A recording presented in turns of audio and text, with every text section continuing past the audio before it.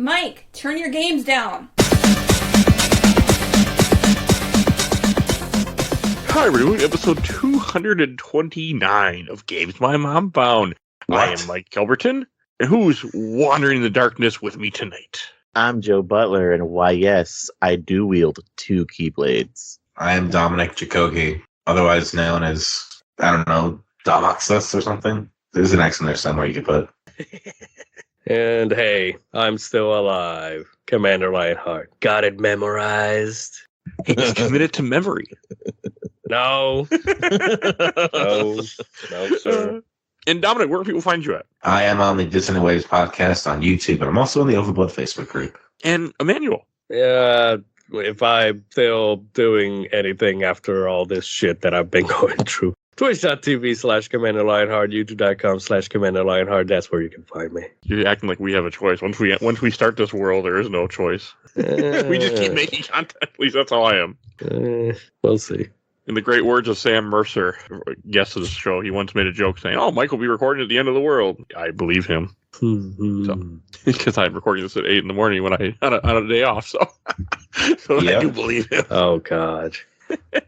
And we are here to talk about a game that's been over a year since we played one of his predecessors, Kingdom Hearts 2, for PS2 and whatever everything else at this point. That came out in 2006. In America. You already forgot that we played Chain of Memories earlier this year. Well, it was erased from my memory. No, I didn't remember it. That's the other one. Memories were taken away.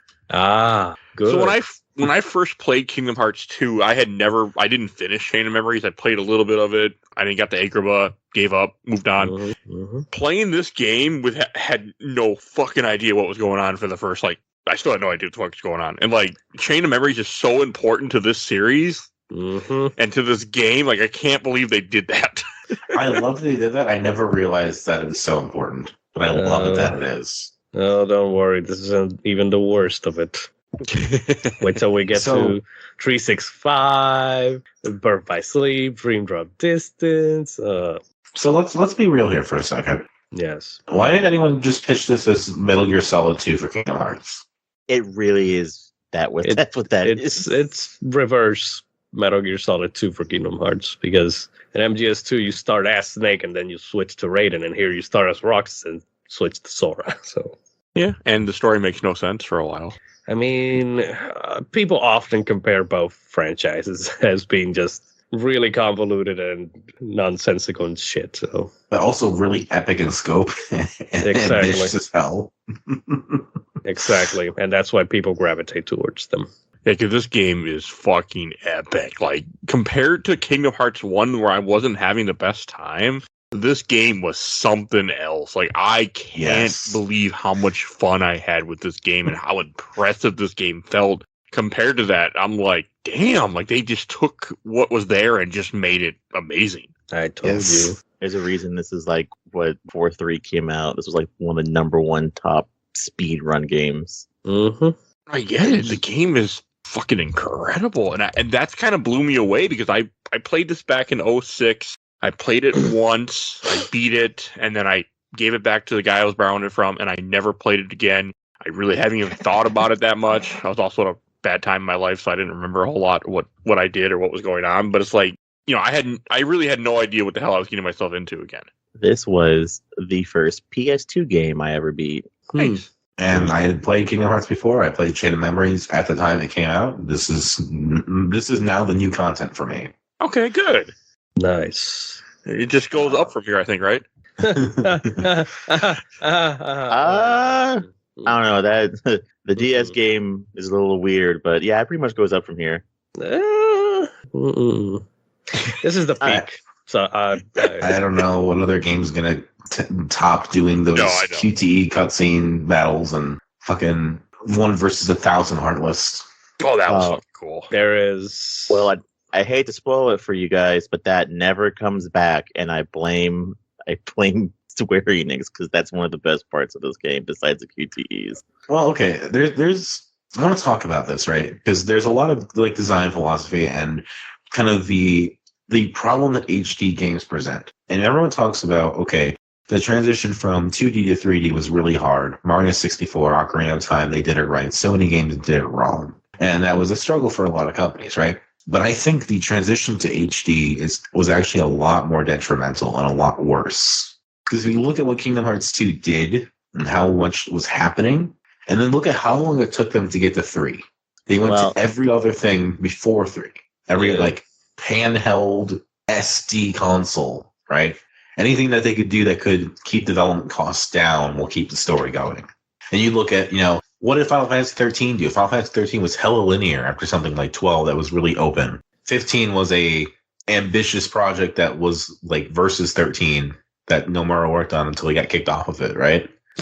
Yeah, it was 10 years in development. It's only now, 16, that we actually have something that's a new project that's not from 2006. Yeah, that reminds me too. You guys got homework later on. Final Fantasy versus 13 is important lore to Kingdom Hearts. Anyways. But like Final Fantasy versus 13 don't that is exist, the reason, right? I think that none of this comes back. You know what I mean? Like Final Fantasy 7 was really epic, and then Kingdom Hearts 2 is really epic in ways. But it's really hard to replicate those things in HD with so much graphical fidelity and so much detail. Yeah, that's fair. And it sucks.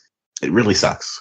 Yeah, I mean, this game introduces so much, I'm assuming, to the series that's going to stick around. Like, Upon playing this game, I honestly feel like if you really wanted to, you probably could have ended it here. If it wasn't for the stinger at the end of this game, which we'll eventually get to, I feel like you could probably end it I here. don't know, though. Because like the whole game, I wanted to know more about the organization. Yeah. but you killed most of them throughout this game. But the story You kill all of between Axel and Roxas is so much more interesting than any of the main heroes. Yeah. Don't worry, you get a DS game for that. Don't worry, exactly. Right. You get Like, that's what I want, right? That's what they did next, pretty much. As well as Birth by Sleep. But that's something completely different, I think. I have no idea. But no, I to go on with that just briefly, I do agree that they could have stopped it here because that ending felt like an ending. You could have wrapped up the series and been 2 games. Because the whole point of the first game that he's trying to get to Kyrie, then Chain of Memories is him wandering around in La La Land trying to get to Kyrie, and then this is him finally getting to Kyrie. Like, you could have done it, but this game introduces so much, so I completely get it that they're adding so much to this world, even though I don't completely understand all of it. Sure. Well, that's why me and Emanuel are here, to try to give you guys answers that we can try to answer and not spoil the rest of the series. Oh boy. Like, one thing we have to talk about first that I want to start with, like, the fact that when this game starts off, like we were kind of talking about how it pulls the Metal Gear Solid 2, it's like you don't play as Sora. You play as this other character named Roxas, and you have no context really to understand why you're Roxas at first. And that's such a great, just like, bait and switch of just like, Yeah, and if Kingdom Hearts 2, it's if you didn't Roxas. play Chain of Memories, you don't understand who this random blonde girl is. You don't understand who these people in black cloaks are that all of a sudden are very important. Like, you have no fucking idea what's going on. Yeah. And I think that's kind of impressive and very annoying at the same time. It is such a just, you rely so much on people just going with it. Yep. There's something else I would like to say about the opening as well. Yeah. Sure. Sanctuary is my least favorite Kingdom Hearts opening. I mean, Yeah, I Face My know that Fears a lot is of people good. love it. Sanctuary, I like the vibe of Sanctuary a lot.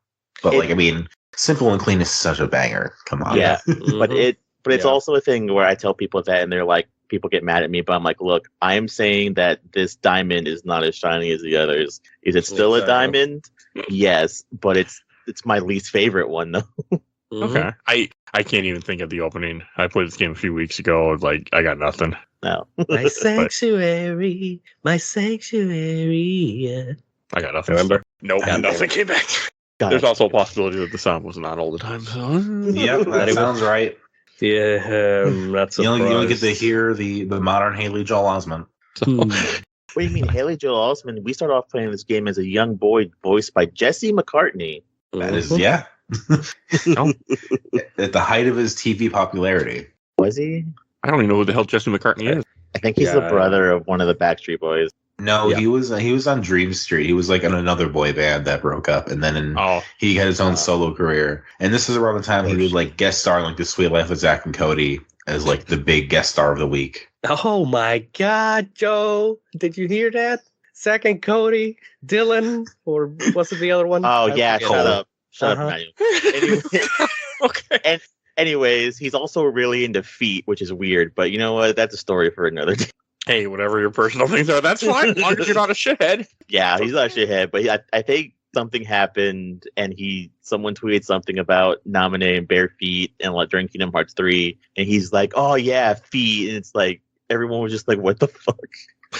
But surprisingly, a good performance. Oh, great performances all around. Oh yeah, and I listened to okay. most of this game with sound on. There were just a couple times when sound got turned off, so I just didn't care. But most of the time, is it all good performances? Like, yes, but also with the material they're given, it definitely seems like not struggling, perhaps, but I could not help just laughing at just Christopher Lee talking. I love That's him. more of just the fact that it's him in a game. Like, it's just so His weird. name is Diz, and he's talking about Naminé and the Heartless And ice cream. and Yeah, Ansem. I understand what you mean. I did. Even if I've played this thing like 20 times in my life, every time he says like some of these words, I'm like, man, I can't believe that you said that. Can't believe they got you. Like, what made you? Were you that desperate for? I mean, you couldn't have been desperate for work. You just wasn't two of the biggest franchise at the time. Like, what the hell? Mm-hmm. I mean, we'll get to Leonard Nimoy later on, I guess, right? Leonard Nimoy's in this? Way later. Oh, Well, not way later, but to game 2. It's Oh, not this actually- game? Okay, Yeah, I was going to no. say, like, wait, I don't remember Leonard Nimoy. No, Leonard No. Nimoy comes in later, but it's like the caliber of actors that Disney was able to acquire for them. What? Insane. Disney owns everything. Yeah, there's a weird concept where like I think who talks about it? I think it's the guy like who voices the new Kratos in God of War. He said Christopher something. Judge. Yeah, Felix. he said something about like whenever they approached him, whenever you're approached with like video games, it means your career is ending. This is, I think, kind of that era as opposed to now where it's like, no, if you go into video games, it's like the height of your career because you could get anywhere between like 2 to 10 video games if you're lucky, Mm-hmm. which could be like a decade of work. And it's also, I mean, voice acting is still a lot of work, but at least it's, it's work. And they need you for a lot They of did stuff. better with the casting this time than Kingdom Hearts 1, where it's just like, oh yeah, Lance Bass is Sephiroth or Mandy Moore is Kyrie. Sure. Billy Zane is Ansem. Also, later on, I have a weird thing that I have to say, but I think they should have gotten maybe someone a little else to voice Roxas because Jesse McCartney very much sounds like Haley Joel Osment. But I think that works. that's the point. Yeah, that probably is the point because Rox's, spoiler alert, is Sora, essentially. In a game about identity and the fleeting nature of you and your relationship with yourself, having a character sound like another character has never actually worked more. No, because I think there's a moment in there's a moment where it's really weird because in Japanese they have 2 different voice actors. And I think there's a moment in this game. It's whenever, which is we're just gonna jump all over the place, but I'm gonna just give an example. When Roxas is fighting Riku, and Riku says something, and Roxas responds with like get real, you can never beat me, Riku. Mm-hmm. I think that's supposed to be Haley Joel Osment, but you can't tell. No, but It's not. I could tell, okay. or that was like a pointed thing in the conversation. Then I'm like, oh, okay. Yeah. You're supposed to think that it's Sora, that the voice that is going to come out is probably going to be Sora, but it's not. It's still Roxas's voice, but it's obviously Sora's intentions. Yes. It's just so strange, like how this game, really just this intro is so different. Like and it's pretty quickly on that I learned, as I'm playing this game, like I'm like the battle system is so much better. Mm-hmm. Like quick time events in battle, with the reaction with the triangle button, just the way that the combat felt, everything. And the fact that I put this game on easy mode and not feel like I didn't use save states. 1, because I couldn't figure out how to get them to work on the PS2 emulator.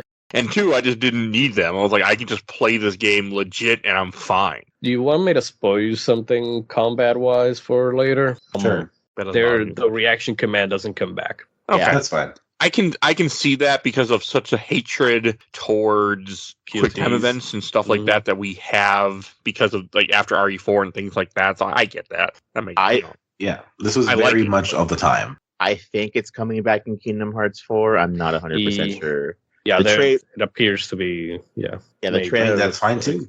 The trailer makes it look like there is, but I'm not sure. Is there a release date for Kingdom Hearts 4? Or are we like No. No. That's fine. I No, don't man. care. I mean, that game can sit on out. They can take years. I'm in no rush. And they're just releasing Final Fantasy 16, and Final Fantasy 7 Part 2 is not even like really anywhere near yet. Exactly. So they did confirm that it's going to be a trilogy, because I know Tetsuya Nomura said, like, I think when 1 came out, they're like, so how many parts are you planning for? And he's like, I don't know, it could be up to like 15 parts for all I care. He's getting paid. I love that. And he really just wants to make his Versus 13, damn it. Oh, Dominic, you're gonna regret saying that. Anyways, continue.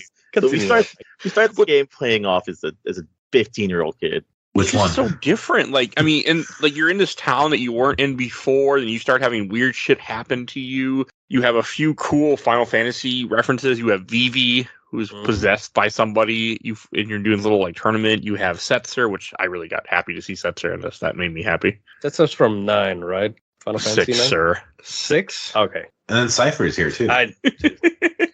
Mike, I have no idea. You never played 6? I've only played 7, 8, 10. Oh, no platinum trophy. Sorry, that makes sense. 12. No, I actually have 6 is great, man. 6 wishlisted on PS4 because the Pixel remaster came out. Oh, well, good point. Recently. Yeah, no, 6 is great. 6 is one of my favorite games of all time. So Cypher's the weird bully, right? Yes, from 8. But he's also the rival from 8. Yes.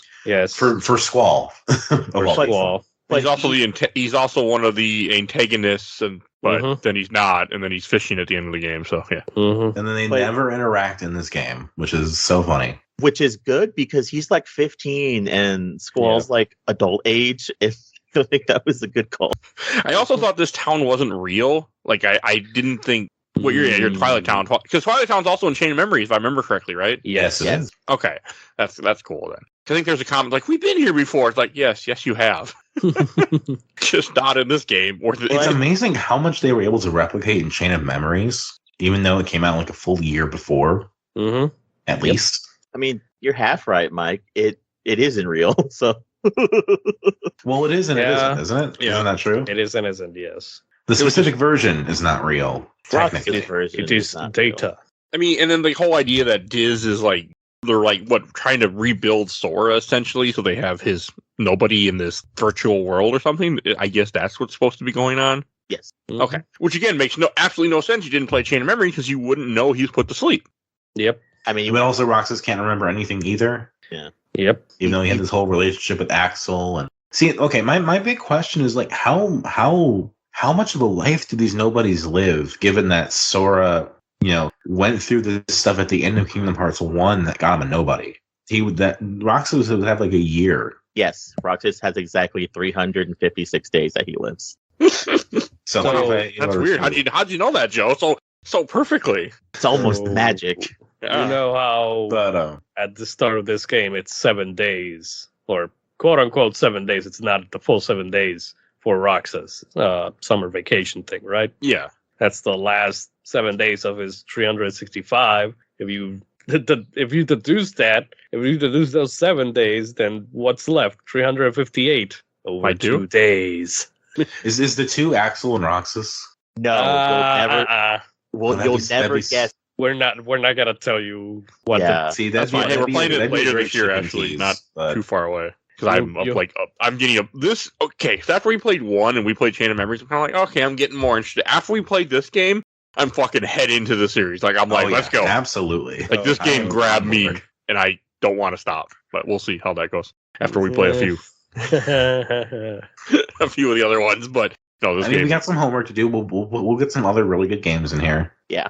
As Mike said earlier, he played on easy. My husband, who is like 10 feet from me, made fun of me and was like, "You play this game all the time, play it on proud mode." And I was like, okay. And I got to that fight, which I've watched people play the speedrun of this game. There are 2 very hard parts of this game. The first one, because you are so underleveled, he whoops your ass, is the mysterious, the big nobody that you fight in the Dreamscape. Which before you guys ask, no, there is no answer to what the fuck that thing is. The Twilight Zone, you mean? The big white thing? Yeah, the big nobody, the big scarf nobody. Yeah, the Twilight Zone. That moves like a horror movie monster. Yeah, that's fair. Yeah, because you have no guard, and it's just a completely fucking hard fight. I got my ass kicked for like an hour from that boss fight. I would have switched the game right to easy after all that. Yeah, I should have, but I didn't. Just remember, you can't switch the difficulty on the go. It's like 30 minutes in though, so I could have just skipped all the cutscenes. Yeah, you could have. Yeah, I mean, yes. I mean, this game has so many fucking cutscenes too. But if you look structurally at what Twilight Town does, it is actually a huge improvement over Destiny Islands. Yeah. Yeah, Like you do a lot more. You have a lot more freedom and but you can't skateboard in Destiny Islands. Shit. Ah, man. Now you're putting not in that Kingdom idea Hearts in my 1, head we'll of like, go with. what if you could surf on Destiny Islands? See, that would be great if there was like a surf fast travel option. See, the problem is that Destiny Islands, it's barely used. Like, it is such an important island, such an important world to the whole fucking series, and you don't actually like go back to it after Kingdom Hearts 1. Like, in terms of like playing it. Okay. So I felt like after, because this game also answered one of my anger questions from Kingdom Hearts 1. Like, okay, you see that there's more of an island. You see that their island was just a little island on the side. It wasn't really where they were at. And it made me happy to see that. I'm like, okay, this makes more sense. Now I'm okay. Yeah, it's like their little private island getaway. Yeah, and having Kyrie kind of have a life a little bit in this game really helped explain some of that too. Yeah. Which Kyrie's role in this game, wow. They really made her interesting and useful. I'm sure that they'll make her even more interesting and useful in the future. Shut up, Maggie, before I whip out the baseball bat. When she picked up the Keyblade at the end of the game, I was like, holy shit, they're gonna do this. All right. Yeah, that was fucking awesome. She didn't do anything with it, but it was still fucking awesome. Like, she fought a little bit. No. She knocked down like 3 Heartless on her way somewhere. I don't know. I can't wait to see more of this. It's okay. I know we talk about like the storytelling of this game, but like back in the day, I don't know how they figured it out or if it's just like nostalgia, but them writing Roxas with his group of generic friends and like their whole like 7-day adventure really hits hard. And it's really just like you really feel emotional like whenever like, Roxas ends up having to go back to Sora, you end up feeling like really like, oh, this kind of hurts. I guess my summer vacation is over. What's a summer vacation? I haven't seen one of those in a very long time. I know, right? But it's also we're talking about how this is like peak mid 2000s aesthetic. Like this is this is like the Black Parade equivalent of a video game. Yeah. If you were growing up in like middle school or high school during this time and you were into this, you were like, this was it. Also, I have to talk about the importance of the fact that one of the characters that's part of Roxas' friend group has a Dog Street shirt on. Yes. Have to mention that. I was like, oh, the bouncer is important. Wait, that's a bouncer I don't reference? go that far. Yes, it is. Yeah, it is. These are the residents of Dog Street. Oh, God. It was so fucking cool to see that. Like, I was like, that is awesome. I thought you guys were going to say how he has a generic friend group, which is, hello, I'm Roxas, and these are my friends, boy, girl, and fat kid. Pence, Olette, and something else. Unfortunately, very fair, but yes. Pence, Olette. Yes. I was kind of bummed they weren't Final Fantasy characters. Like, not even one of them was a Final Fantasy character. You have all the stuff to choose from at this point. You didn't even choose one. Like, come on, where's Rinoa? I want Rinoa. Well, good, because then they could be in Kingdom Hearts 3, because otherwise they wouldn't be. Yeah. I've heard that it doesn't really have Final Fantasy characters in there. Nope. Yeah. It's fine. Until the DLC. Yeah, it's fine. There needs to be more original characters in this game series. It's fine. I disagree. We need to stop. Well, there's a whole organization plus other people to talk about. Ooh, So boy. the next thing we should go to. We'll go to that. Like the Organization 13. I mean, they're in Chain of Memories. Like you killed a bunch of them in Chain of Memories, correct? It's only killed 2 or 3, I one. think. You only killed like 4. Okay, but they're actually dead. Like they're dead, right? They weren't in this. No, they're dead. Emanuel. Like, I mean, that was kind of one of my things. I'm thinking, like, when I'm watching this, I'm like, a bunch of, like, you kill more in this game, too. Like, they are not 13 members anymore at the time that, as the game progresses. And then the final mix mode version, there's, like, multiple optional boss fights, too. Yeah. And tons of cutscenes. One of the things you learn is Zexion's weapon is a book. Yes. Yeah. And that reminds me, I have a picture saved, so y'all talk about that while I bringing this picture that I need to have saved. That book fight really fucking sucks. Getting Well, fucking trapped in the book. yes, and it's even worse when you refight it in the Cave of Remembrance. Hey, I didn't have to do that. I mean, it's optional stuff. It's not. Oh yeah, I ventured in there briefly and then left. You got your ass whooped, did you? Yes. Yeah, the Cave of Remembrance is like super late game only stuff. Like you venture in there and you're guaranteed to get yourself killed. Granted, then I kept getting my ass beat by doing the hooded fight in the beginning of the last area too. Or was it the last area? Close to the last area. The skyscraper fight, essentially. Okay. Oh, okay. Yeah, So I had to grind for a while That to get proficient. that is the second hardest boss fight in Proud mode. That boss fight, along with the big nobody fight, are the two hardest boss fights in like Proud and Critical mode, because those guys can like one shot you. Mm-hmm. Okay, fair. Yeah, Mike, that's why you always play on easy, baby. That's not going to change. It's gonna change because there's not an easy mode for Birth by Sleep or for Dream Drop Distance. Well, there will be. It's called Safe States. No, I'm 90% sure there is. Hey, it's called Safe States. So that's my easy mode. Everything I play, I do this, and I have stand by this for so long now. At this point, I'm like, just play games. I mean, especially if you. My whole thing is like this podcast. I want to experience as many games as I possibly can, just for the hell of it, and then tell people about it. So Yeah, do play however you want to play. Yeah, of course. and I don't have time. Surprisingly, I make a lot of podcasts and play a lot of games, and I honestly just really good at time management. So if anyone's I don't know always how curious, you like, do it. I have a really understanding wife, and I have a job that it's just 40 hours, and I can be like, okay, done, and then I can just work on other stuff. So That's amazing. I don't do a lot of overtime, but I try not to. But I wish I So- were you when I were older.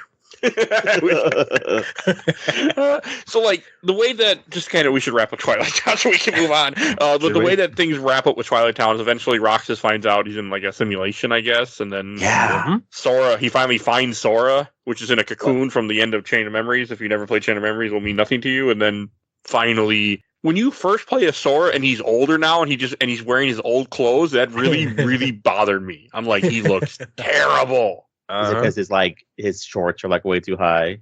Mhm. Yeah, it was just like, I'm like, this just looks like, I'm like, what the fuck? And You look at those goddamn noodle legs that he has, and you're like, goddamn, cover those up, man. then once I saw his new costume, I'm like, man, I can't go. Like, I don't want to see his old costume again. I know we're gonna play Recoded. I'm like, fucking A, this might be hard. Mm-hmm. I mean, the old costume isn't bad. It's just goofy. Yeah. No, it's more Mickey than goofy, but Yeah, but this costume is like the edge, baby. yes. Yeah, it's almost as if you could say there's a whole bunch of X's on it. That's really weird. Oh, I did not Damn it, catch that. go. Damn it! I didn't catch that at all. Oh. Yeah, he's I got am him on not surprised, but I did not catch that. Well, again, that's the whole point of this Exactly. with this game was all the X's. Like, it, you know, the whole thing with Roxas at one point when they show, oh, how we're gonna get your name? Well, we'll put an X here and take Sora and jumble it It's together, and here you literally- go. And done. It is literally the scene from Chamber of Secrets. Oh my god, yeah. Oh yeah, it I is, am it Tom is. Marlboro Riddle. I did not catch that, but that okay. But then here's the weird question, guys. If Roxas is Sora's nobody, why doesn't he look like Sora? Oh, Yeah, I want that question, but that question is not in this game. I want that answer. Because Oh, Sora's oh. nobody is also Namine because he shares because it's also Kyrie's nobody kind Oh, of. because he shares a heart with Kyrie. Yes, Well- because Sora is a non-binary pansexual icon.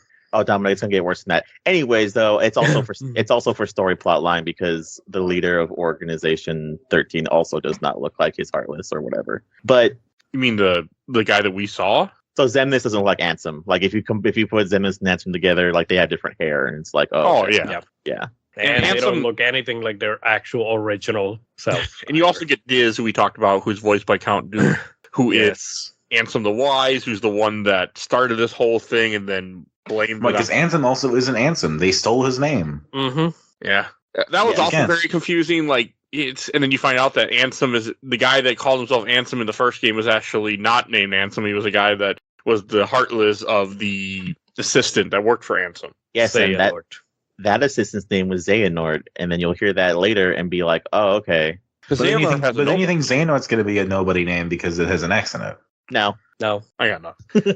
don't worry about it. But again, in this game about identity and like who you are and what does a name mean, this is very thematically tied in. Oh yeah, That's fair. but it's there, and that's all that matters. It's just like getting out, like, yeah, and you run into Mickey finally in this game too. Mm-hmm. Like, which is nice. Your You never Majesty? get Mickey really in the first game.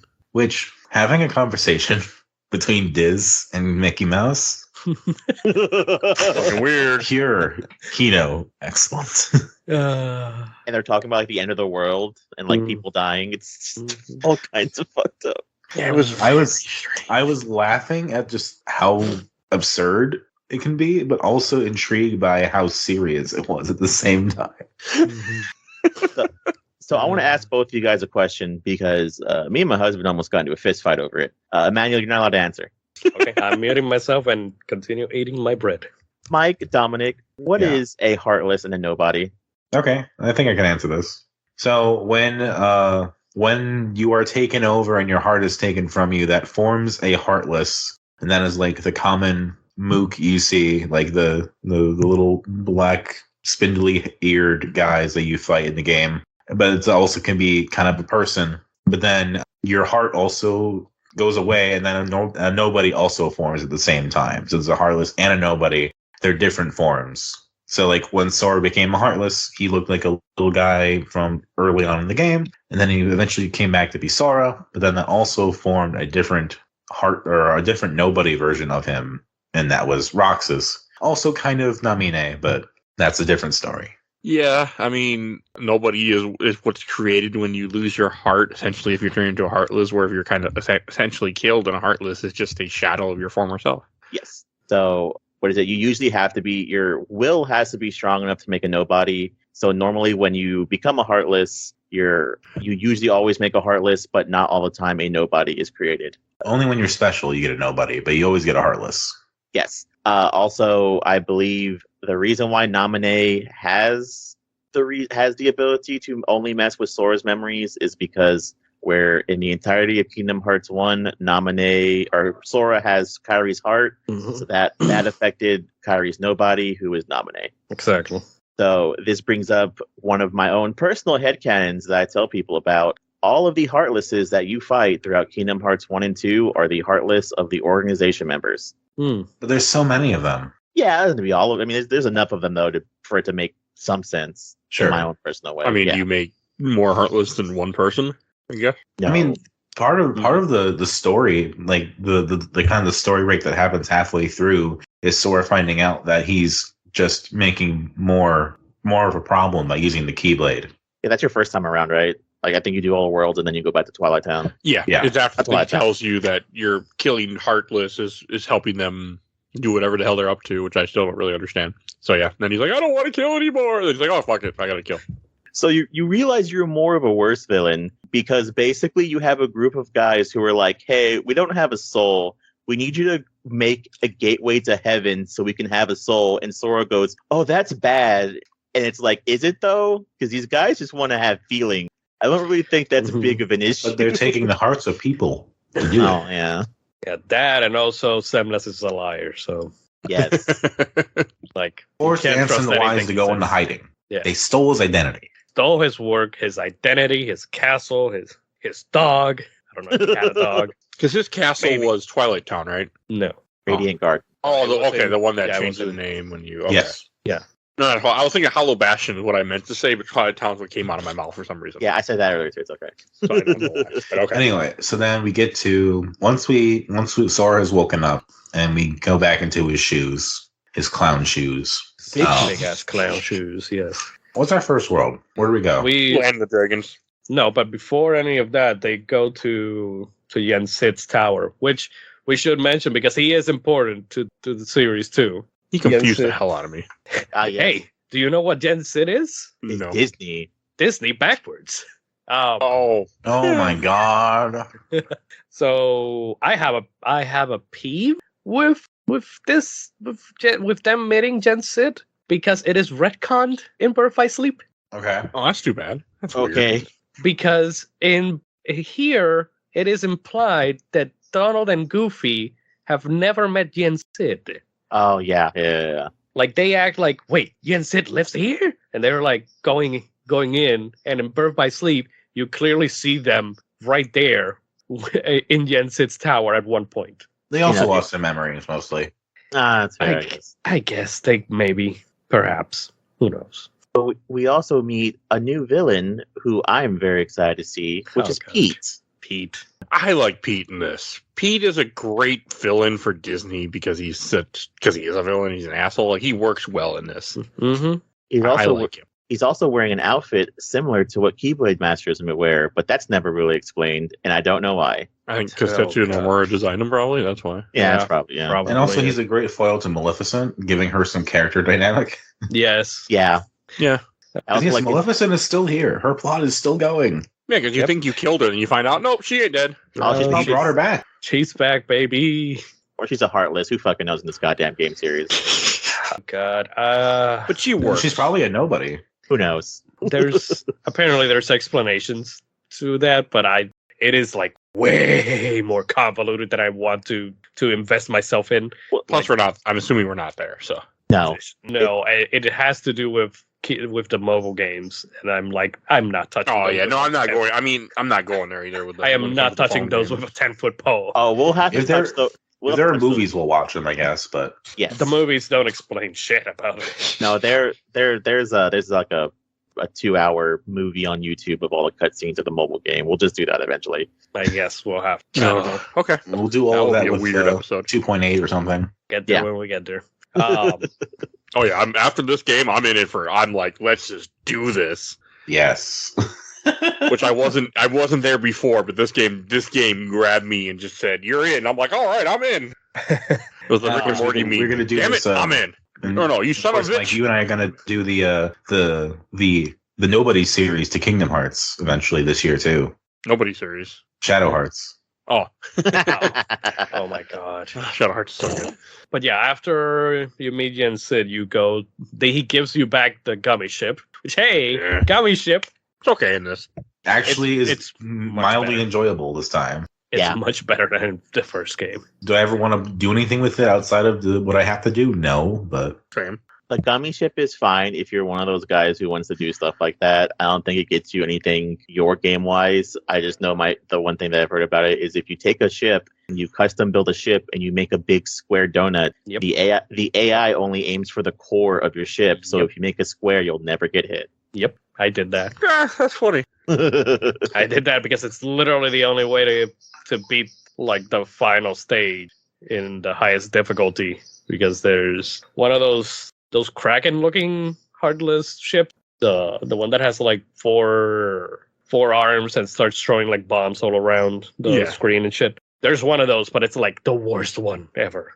And it's like oh my God, that shit was probably the most frustrating to get the platinum for the game. Anyways, then they head to Hollow Bastion. I like seeing Hollow Bastion. I enjoyed seeing Squall again and Eris and Cloud, but now Cloud has the Advent Children look to him. What happened to the Kingdom Hearts 1 Hollow Bastion? So, fun fact, originally it was supposed to be the Kingdom Hearts 1 Hollow Bastion.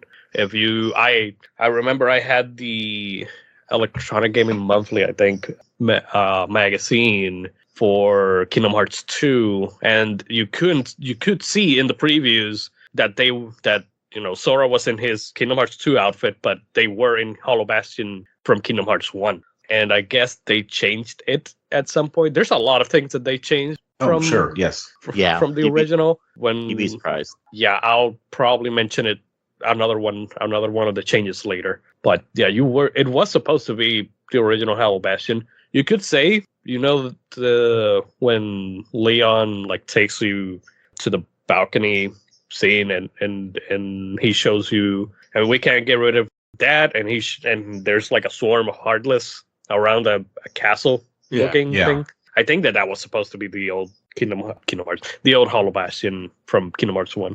Because it's the same world, right? Yes, it is the same world. Okay, it just looks different. Yeah, it looks way different. It took me until this game to realize that Hollow Bastion was not a Beauty and the Beast world. No. Yes. You're not wrong. I'm in the same boat with you, Dominic. So I thought it was too. Like weird Beauty and the Beast connection. Yeah, I understand why. Because you get Beast there, and battles Yeah. there. They're never Mhm. like, yeah. The giant castle. Exactly. It was cool. I mean, I don't like seeing Cloud in Advent Children gear. I would have much rather had that the awesome Kingdom Hearts 1 version of him again. But I like them in their Advent Children gear. They're all I know, wearing black. It's very I Matrix, don't- baby. I don't like it, and I didn't like seeing Tiff on her Advent Children gear either. and Aoife? clap.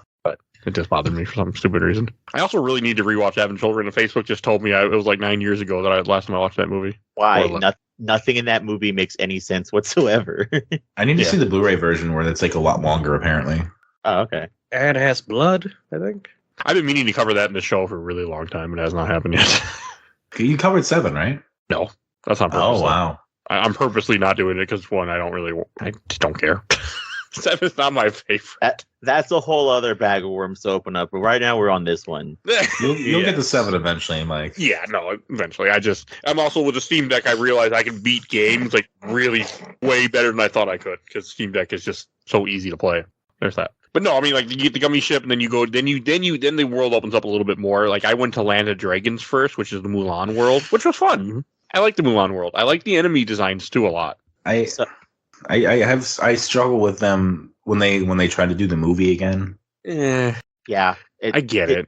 Get used to that, trust me. I really did not like the whole thing of they blow Mulan's cover because Mushu's an idiot. Oh, well, they can't show her half naked in the goddamn tent, so they gotta do it like that. But, I'm sad that we didn't at least get, God damn it, the name of the song, I forget. The man. Oh, yeah. I'll make a man out of you. Yeah, that one. Yeah, it's a good song. We could have had like a montage, but no. Mulan has some good songs though too. So, but it was just cool to have a Mulan world. It's cool that Mushu remembers you from the first game because he's one of your summons. Even though I never used them. Me either, but it was still there. Like it's fine. Like it was cool. I like this world. I like that Mulan joins you, and then I can see where you're coming from, Dominic, where you don't like how it rehashes the movie, but I guess with Mulan, you don't really have much of a choice. So, because like at the end of that movie, the villain is dead and everything's over with. Like it's hard, and you have to kind of Well, Mulan 2 happens. No, it doesn't. Never seen it. I didn't even know. Actually, to be honest, I forgot there even was a Mulan 2 until just now. So I had no memory of this. I think actually Mulan 2 came after this game, if I remember right. Sequels of Disney movies don't usually end well. Nope. Either way, I have a funny comment. No. It is the Joe catchphrase. If I had a nickel for every time Kingdom Hearts had a real world in it, I'd have 2 nickels, which isn't a lot, but it's weird that it's happened twice. Both China and England are canon in the Kingdom Hearts universe. All because of Mushu's limit command has them screaming For China. for China. And then you also have Peter Pan's England and funny enough, Pirates of the Caribbean's England. So which are different worlds. but both involve pirates. Both involve England. Fair. Hey, but you've never seen the Peter Pan England and the Pirates of the Caribbean England in the same game. I never want to see Pirates of the Caribbean in Kingdom Hearts again. Spoke too soon. It's in 3.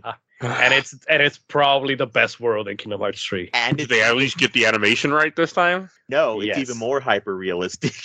No, Excellent. they actually I love blended the clashing art styles. No, but they blended better. They blend it better. So, They do blend it better. like Sora, Donald, and Goofy actually like transform and look a tad bit more realistic to match the Pirates of the Caribbean aesthetic. And we'll just jump around. So, I mean, after you open up, as you beat the world, you get actually other worlds. But, like, the Pirates of the Caribbean world, I fucking hated that world so much. It's not great. I was just laughing at the fact that they went for that. It was just... No, Pirates of the Caribbean was fucking huge at this point. Of course they went for it. But, like, they went for Sora, Donald, and Goofy up against Jack Sparrow, Will Turner, and Elizabeth. And having, like, the characters look the way that they do. Mm-hmm. My issue with that world wasn't... I mean, yes, it looks weird, but the biggest problem I had was the fact that you couldn't hurt certain enemies. Because, again, the reference to the whole idea that they had to be in the moonlight. And that is what broke me when it came to that. Because... See, I like that. Okay. Joe just shared a picture of what Sora looks like in Kingdom Hearts 3 and Pirates of the Caribbean. Okay, that does look cool. I'm okay with that. It looks great, right? I know it's a spoiler, but it looks amazing. I don't. That's not much of a spoiler. Okay, they brought back. Oh, that World. looks great. I like that. Yeah. I mean, Kingdom Hearts. I mean, not Kingdom Hearts, but I feel like Pirates of the Caribbean isn't as big anymore. He looks like he's posing for a Hot Topic magazine. That's a guy who goes to Hot Topic all the time. That is fair. I go to Funko Pops constantly because they have great Funko Pop deals. Or not deals, but Funko Pops. Funko Pops are fine because anime figurines are too fucking expensive. Trust me, I know. Yeah, they are. I look at them too. Like this is off top, but fuck it. I was walking around at the Mall of America. There's a Japanese store type thing that had like models, and I walked in there and they had a fucking huge ass Metal Gear Rex. So I'm like, oh my god! It was like $500. I'm like, oh, let's put that right back down. You have store credit. Oh, you put them, just. So like I was like, wow, and I was walking the store too. It had like a small entrance. I was just standing like, wow, Rex. So yeah, but no, I completely understand. Funko Pops let you enjoy things, and they're cheap, and you get hundreds of them, and you wonder why. Yeah, that style's so ugly though. It grows on you after a while. The dead eyes grow on you. So what's after technically? Mulan is Beast Castle. Mulan, Beast Castle, and was one more. Hercules. I thought there was one more after that too. There's the Disney Castle. There's the Disney Castle with Minnie, but I don't remember if that's before or after Hercules. It's after Hercules. I hate that they use Hercules in this one too, because they also use it in 3 for like prologue. I think Hercules is just one of those worlds or one of those things that it's just easy to work in here. I like that they use Hercules because they actually gave it a dungeon and like gave it like a world. Yeah, Yeah. and not just the tournament Coliseum thing. Yeah, and they did it this time with Atlantica, and that's totally fine. I like Hercules because we introduced to the coolest motherfucker around, Auron. Yeah. Yeah, and Auron would have been big at this time because this would have been, we hadn't had any other Final Fantasies yet besides, we had 11, but fuck 11. But we had 10, and, so it's cool to see Auron. And 10 too. Oh, yeah. I was going to say, I don't know if 10-2 came out before. I want to say it was before, because... Yeah, First 10-2 came out before this. Scott Payne is in this, so... We don't talk about the Pixies, Mike. Pixies are fine. It's weird. 10 too. It's weird, though. I mean, sure, but they were just trying to hammer in things that were popular and new at the time. I'm okay with it. I like that Yuna and Riku and everybody they're fucking pixies. That's funny to me. I wanted a Lulu pixie. That would have been cool. That probably would have made me not mind. But it's not 10-2, so I mean she's in 10-2, but not really. I mean 10-2 is just those 3. Yeah. YRP. God, I need to play 10-2 again. I need to play 10 again. P in position. It's showtime, girls. That opening's so fucking good. Mm-hmm. I really want to replay that game because I remember when I played that game whenever it came out, I was like, "Oh, I'm too cool for this. I don't want to watch a game about women." I 100% want to watch a game about women like this. Like I'm all on board now. But it's funny because I played 10-2 before 10, so interesting. I was so fucking confused. You played like the lighthearted comedy sequel before the serious dramatic prequel. Yes. But to talk about Hercules World, since we can wrap that up, we can talk about that one quick. Like, I like that there's an underworld. I mean, it's fun. I mean, I agree with you. Like, I was a little kind of sad that they brought back so many worlds. Like, I wanted more new stuff, but I'm okay with Hercules not being a new thing that comes in. Like, it felt new enough. Exactly, it felt new enough because they added that whole dungeon, like Dominic said. Like, yeah, and it's not bad. And Hades makes a great villain. And I love Hades. After Chain of Memories, it was fun to kick his ass without fucking cards. So, thank you. Oh, yeah. Also, doing the tournaments was less important this time, so I didn't feel obligated to do it. I did a couple of them just because I was trying to do... Well, I did all of them, but the one that you don't unlock till later because the level is higher, and then I was like, I don't care enough. But, yeah, you don't have to do them. They were much more difficult this time, I felt, too. You're also introduced to the gayest organization member who is not revealed yet. Yeah, they don't... Yeah. And, I couldn't believe, so Emanuel sent me a comparison video that shows all the extra cutscenes. My God, did they add a lot of Organization 13 cutscenes in the final mix. Like, my God, there's so, you barely see them in this game compared to what they do in Final Mix. Now, the thing that I don't know, that I haven't figured out yet, I'm assuming that it must have been, recently, that they must have recorded, because that's the thing that I was wondering is, did they have initial plans to bring over the Final Mix version way back when that came out, and they say yes, and they recorded lines and had them and stuff, or did they record those lines now, like not now, but when the HD 2.5 thing came out, I think that's possible, but I also know that sometimes, especially back then, they would kind of re-release the games with English voice acting like after the initial release. So Yeah, you had the do we know that the file international- mixes were all mono language Japanese? I do know Kingdom Hearts is like Metal Gear for some reason. Both games are original English speaking games. I think even whenever you start the game in Japanese, I think they even ask like, do you want to play it in English with English voices and Japanese subtitles? Oh, okay. Yeah. Interesting. I mean, that like at this time you did have like FF10 had an international release as extra things. I remember that. So I mean, I think that was also kind of a thing in the PS2 era. Yeah, like Xenosaga 1 had a re-release in Japan with God, I English can't voice play that acting. game. yeah, and I've You heard call me up when you do play those games, Mike. We will talk about them. It'll happen to someone. I've heard need to that replay that the trilogy. Japanese actually prefer the English versions for Kingdom Hearts. You also don't speak Japanese. Like, Well, I think this Nani? game, the Japanese version of this came out like a month or two before we got it too, didn't it? Came out in 2005 in December in Japan. Yeah, we didn't get it till December 2005. We don't get it till March 2006. Yeah, because I want to say whenever like we were a month, I want to say maybe 2 months before this came out in America, Game Informer dropped like the confirmation that Roxas's name was Roxas and stuff like that from them basically finding a way to play the Japanese version. It's probably importing it, yeah. Yeah, Yeah, because that would have been a big thing at this time too. Okay, but Then they go to the Beast Castle. that was fun. That was kind of cool. And how Beast is all angry and it was fine. He's I such didn't an mind idiot. it. I just he's such an idiot. hey, with spoilers, not spoilers. Hey, Emanuel, you know what should have came back for Kingdom Hearts 3? what? Beast Castle. Why? I think it would have fit. Uh, Because in this, they don't wrap up his story either. They kind of do like a whole thing where it's like, yeah. maybe. Like I understand that, like, okay, if you're looking at the human relationship and like he's just not, secure in himself and his body, blah blah blah. Yes, of course you feel bad for him, but like having the characters go through these just actions because that's what's expected of them is just so annoying somehow. Like, okay, Beast, I get it. Shut up. Stop making it worse.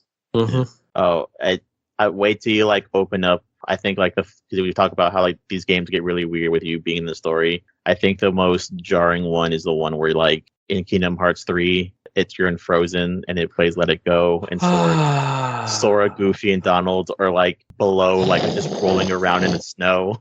Oh, okay. So, It's yeah, something to be seen. So yeah, it's really weird. So get used to all this weird like, oh, well, why don't you guys just do this? No, we gotta play it by the story rules. God. Again, the actual story of Kingdom Hearts is so much more interesting than the Disney part of Kingdom Hearts. Oh, definitely. Oh, yeah, I mean, most that's the sole reason to Oh, and I forgot this, but I have to mention it. In Hercules World, you get to fight the Hydra. get up on the Hydra's back. Yeah, that was annoying. But I really, really like that fight. Get up on the Hydra's cool to see. back. I forgot about it until I'm watching YouTube videos while we're talking. And I'm like, oh yeah, I gotta mention that. But no, Beast Castle. The Get boss up of on Beast the Castle Hydra's back. was annoying as hell, just like Emanuel is right now. But like, I really hated that boss fight in the chandelier room with like it's a bomb and then it's something else, and I'm like, this is annoying. Not a good fight. Yeah, it's fair. I mean, Beast Castle introduces you to more mini games too. Like this game does a lot of mini games of hitting buttons. A lot of mini games, a lot of one-off systems. Like because the Mulan World had the morale meter. Yeah. In Beast Castle, you gotta move stuff and do other things, and it's nice to see because it gives you some change. So I didn't mind it, but I can't believe we didn't bring up struggle while talking about Twilight Town. But yeah, the whole struggle mini. Yeah, that's because we were all tired at 8:15 when we started talking about Twilight Town, and now we're more awake. yeah, we're an hour in. Yeah. See, that's another reason why Kingdom Hearts 2 is one of the best games ever made, is because they put all this extra shit in there. And any game that has like the sudden shift to a different game mode, like Shenmue, for example, excellent. Man, I hate the fact that how many times I think about I should play Shenmue on this show. Oh man, if I have to hear that man say I'm looking for semen one more time, I'm gonna fucking punch a hole in my wall. So I could always play Shenmue again. Shenmue 2, I will argue again, is one of the best games ever made structurally. Yeah, Shenmue 2 is pretty cool. One day, there's so many freaking series and games I'm trying to get around to. But Yes. I'm getting there. Like, hey, when this podcast gets to episode, like, in the 500, 600s in a few years from now, I'll be running out of stuff to do. So I'm like, sure, whatever the hell I didn't get to. You're playing Jedi Fallen Order eventually, and you're going to play Jedi Survivor then, so. Good, Jedi Fallen Order, yeah, on end of the season, so like early next year. Something like that. Yes, I plan way too ahead, but yes. So after So you have Hercules, you have Beast Castle, then you go back to Hollow Bastion off and on throughout this game, just because, well, Hollow Bastion shit keeps happening to you. I swear there's 3 worlds. It's your first 3 worlds. It's Mulan, it's Mulan, and then another world, and then you go to Twilight Town, Hollow Bastion, Land of Dragon, Beast Castle, Olympus Coliseum, Disney Castle, which we haven't talked about yet. Okay, I'm just going crazy then because I'm just tired. Okay. It's early, and you were up late playing not Breath of the Wild. Tears of the Kingdom, where I haven't even started. I'm like 10 hours in, but I haven't even started the storyline. Yeah, no, it's one of those things. Yes, we finally go to Disney Castle after seeing it all in the first game. Yeah. I mean, originally, Disney Castle was supposed to be a playable world in the first game and got scrapped. So It's cool to see it here, though. Yeah. Like, it's And cool Minnie to Mouse interact doesn't with look horrific Minnie anymore. to do all that. She also has light magic, which is fucking weird. yeah. I mean, yeah. She is Minnie, and she is the queen. So. She's the queen. You The know, first game, she looks like she's a float version of herself. That's fair. But I was like, okay, cool, she's here. I mean, I didn't really think much about it. The world was kind of fun. I mean, it mostly leads you to going to the past, which I thought was a cool thing they did. yeah, Steamboat Willie World. Timeless River. I like that. I like the Steamboat Willie world. I like what they did with it, of the turning everything into black and white. Like, that was really cool. Yes. The stylistic changes. Also tying it back into the lore. Mm-hmm. Yeah, I really got a kick out of that too. Yes, because if we were to time travel when we go back to the 60s, shut up, Manuel. When we time travel and go back to the 60s in the real world, everything's really in black and white. I mean, it's true. Is it Dream Drop Distance? No, Okay. I I know you guys have talked about Dream Drop Distance has something to do with time travel, and it gets weird. no, don't worry about it. We're not talking about that right now. Anyways, Don't worry about that. yeah, we're not opening. Oh that. no, the Dream Drop Distance has Neku in it. Yeah, Dream Drop Distance has Neku, and they have a whole remix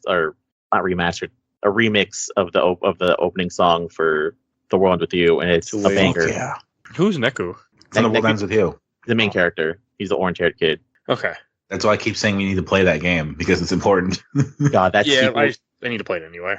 and the sequel's so good too. Ugh. I need to Well, a play friend the of mine sequel. pointed out that I could buy a DS thing on Amazon, and I'll be set to play. And so that's probably what's going to happen. So I can play on an actual DS, because that game seems like a game I need to play on a DS. Yes, Well, it is.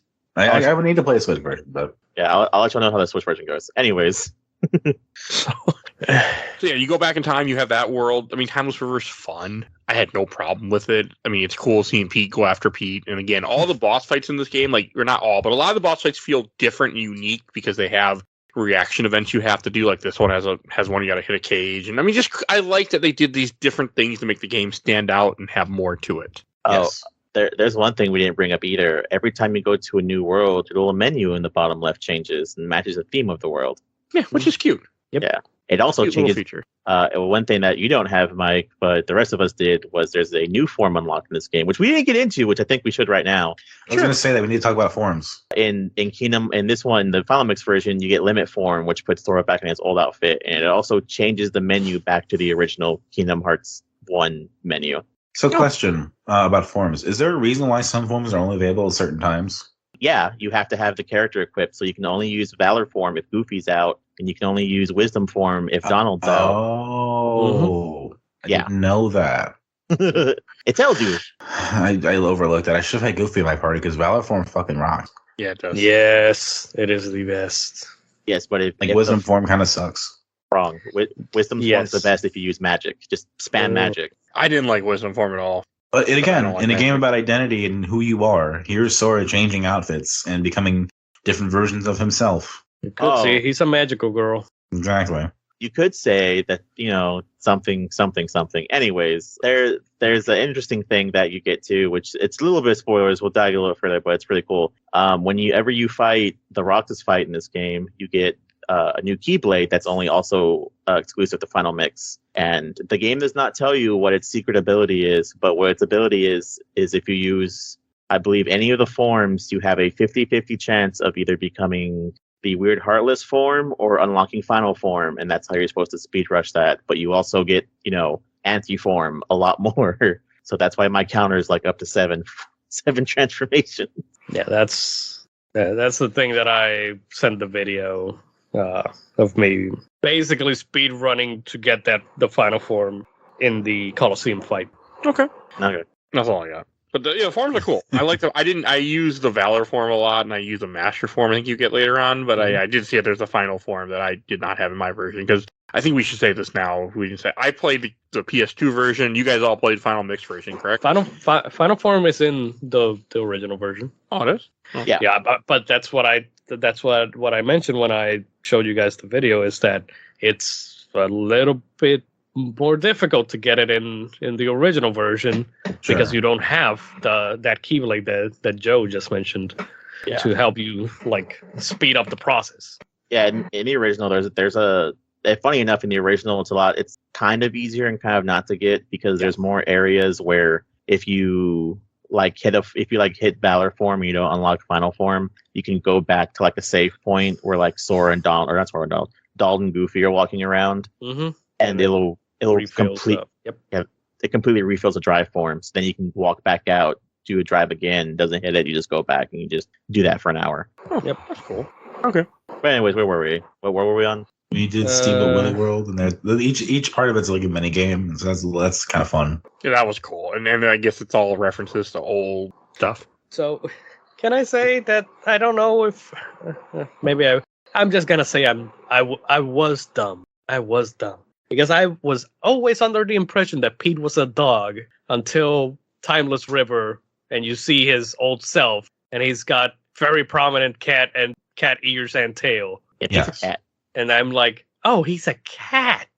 I mean, he's a dog now, essentially. No, he's still a cat. Oh, Goofy's a dog. Well, because so he's a cat and Mickey's a mouse. Yeah. I know, but still, I never caught that, by the way. The way that they designed him, like, at least this modern version of him, where you don't see his tail or anything. Yeah, I'm like, he looks like a dog, not a cat. He's a fat cat steamboat captain. Yeah, I see. Yeah, Mickey's a mouse, Goofy's a dog, Donald's a duck, Pete's a cat, and Pluto is also a dog, and we never questioned that either. Anyways. Why does Pluto never talk? Where the hell was Pluto? That's why Pluto was out finding Kyrie. Yes. That's why he conveniently appears and disappears. That's why I know what people always say, that Goofy's a dog, but I still have that weird thing where they say, well, if he's a dog, then why is his wife a cow? And you just make it to where, no, Goofy's just a hornless cow. Dog. Cow. Bull. I am very confused by this conversation. I have no idea where we're going. Anyways. After that, let's see. You get Atlantica, which I want to talk about. Well, back to eating my bread. Okay, you eat your bread. I'm going to talk Atlantica. So I like Atlantica. Like, when I was first doing this, Michael Hughes, freaking co-host of the show for a good chunk of time, and a good friend of mine, he was like, oh, you can skip Atlantica. I'm like, oh, why would I want to skip a world? Like, I'm trying to do everything in here. And I get to it, and it's not... Yeah, it's just that. And you know what? I liked it. I really liked it. I mean, it doesn't overstay its welcome, where you go there, you do like one song, oh, you got to come back and you get this ability, and then you come back and do another song. And I really like the music. I realized of Little Mermaid a lot more than I thought I did. Who doesn't like Disney music? It's all great music. I just like that Atlantica's different, and that it has like a rhythm game, and then listen to my take on Tangled. You don't want to, but you can go find it on the podcast where I completely shit on that movie constantly. Oh, cool. Tangled's also in Kingdom Hearts 3, so we'll get to hear that.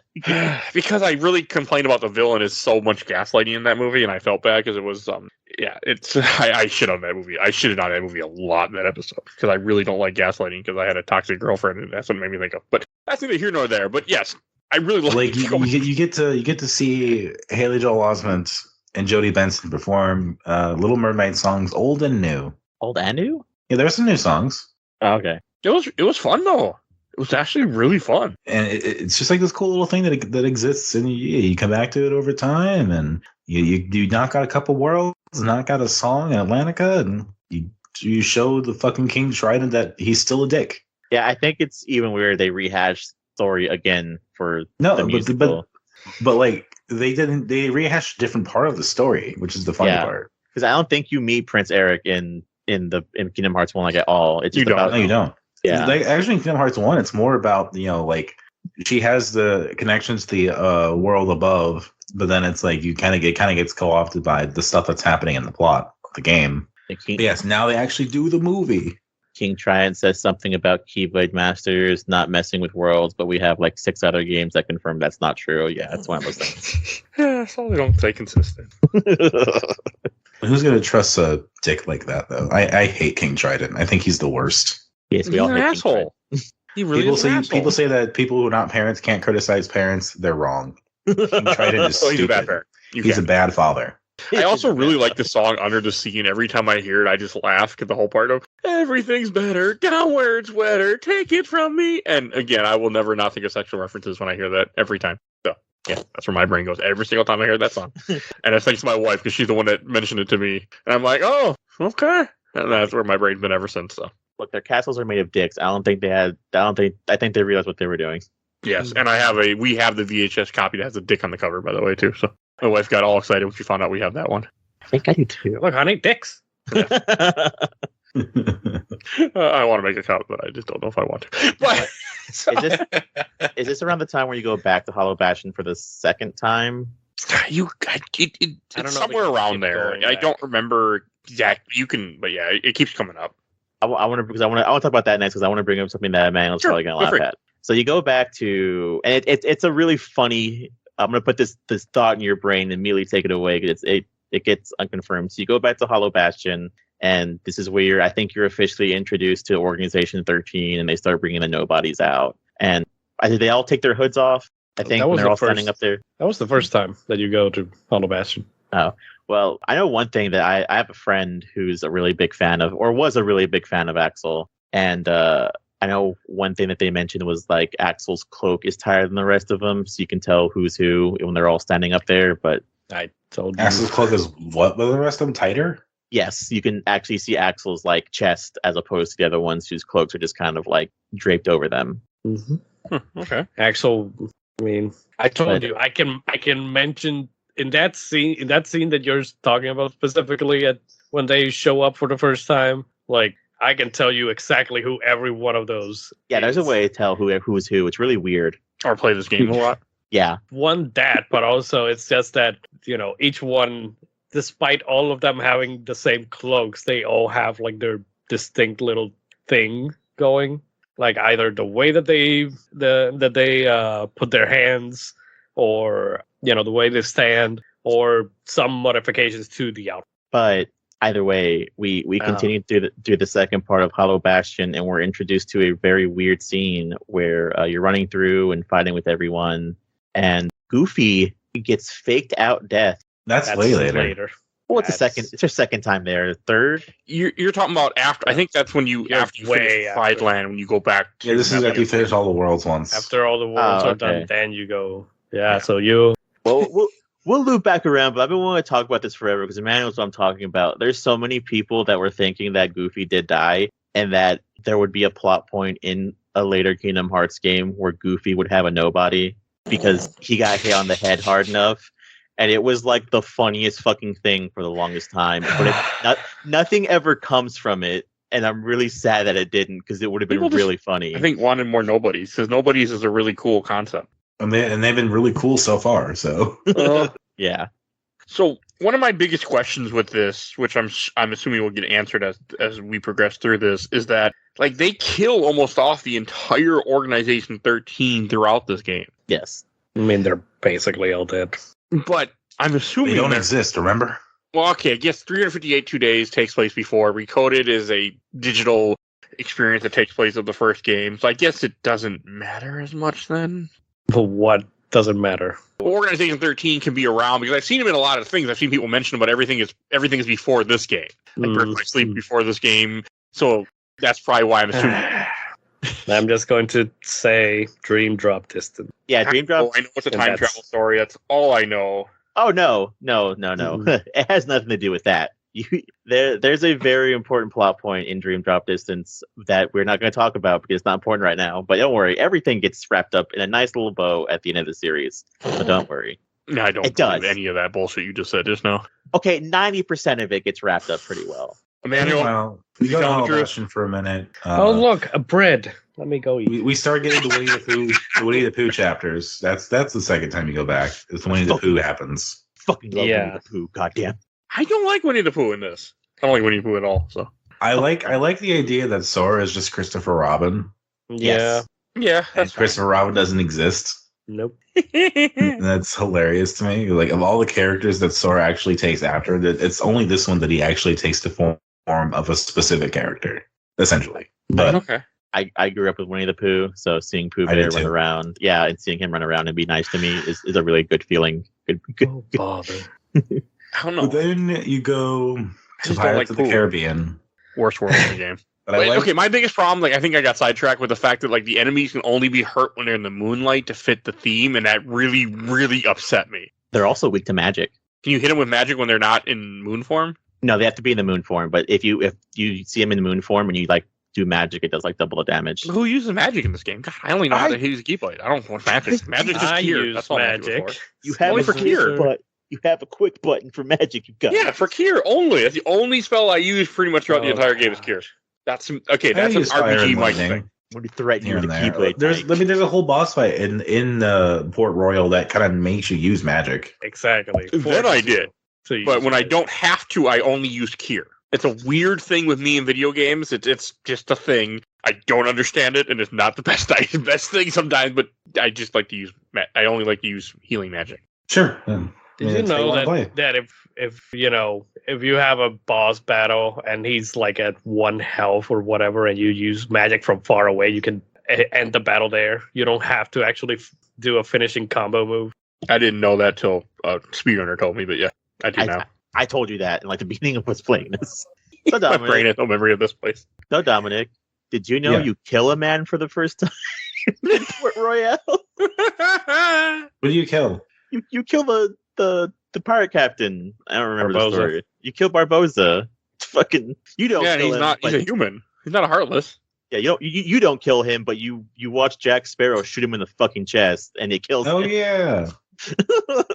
I'm okay that it repeats Pirates of the Caribbean movie. Did we have 2 yet at this point, or I think we just got 2? I think we just got. 2 was either 06 or 07, so it wasn't out yet.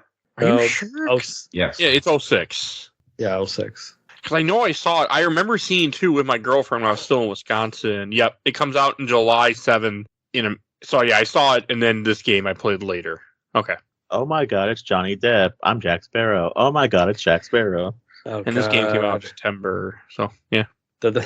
Also, the guy that they got for Jack Sparrow here sounds nothing like.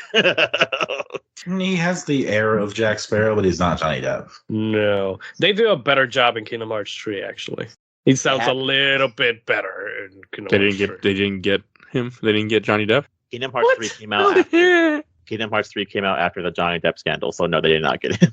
Oh yeah, he's starting to get work again, isn't he? He is Finally, because he Yeah. should. Because it was all yeah. That's a celebrity nonsense. Yeah, but God, it They're makes both me upset that terrible Amber Heard people. was turned out to Yeah. be not Yeah. a nice person. They're It really made both me terrible sad. I people. like her. They are both terrible people, but Yes. Yeah, and both of them probably had their careers ruined after that bullshit. So I guess you get what you get. So did they bring back Hollow Bastion in 3?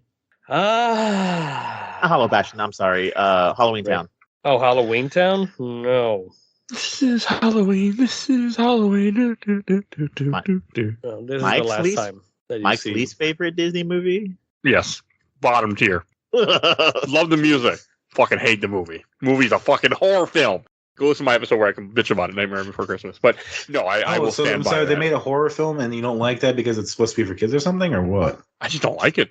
I think the I'm movie's not disgusting. saying I'm a big fan of the movie either, but it's just like I don't see I don't that remember. being a horror film is. I don't like anything about that film. I just don't like it. I don't like Halloween Town in general, but I really like the music for some like, what is this? What is this? I like the music. I do not like the film. So Fair enough. Yeah. But yes, we go to Halloween Town, and now it's about Jack finding Christmas Land and wanting to be Santa Claus and blah blah blah. Mm-hmm. Desperately wanting to be Santa, even though he could never be. Yeah. Yeah. Which again, they didn't really do the plot of the movie the first time around, so here they are kind of doing it now, in a sense. Yeah, there's a lot of that in this game where, hey, they didn't do the thing the first time around, so let's just do it the second time around thing, I guess. That's why I kind of like whenever you revisit. I think I think all the revisits are different storylines, right? Yeah, mostly. And I I think that's where they really should have moved on to the series, but they don't. Where they could have really just put it where it's like, oh yeah, you're in Halloween Town and there's a Heartless running around, or at least something similar. Because I think whenever you come back for the second time for Halloween Town, it's like basically the doctor made like a manufactured nobody or something. Yeah, robot thing. I don't know what. Robot thing needs a heart, or he stole the heart. Yeah, something like that.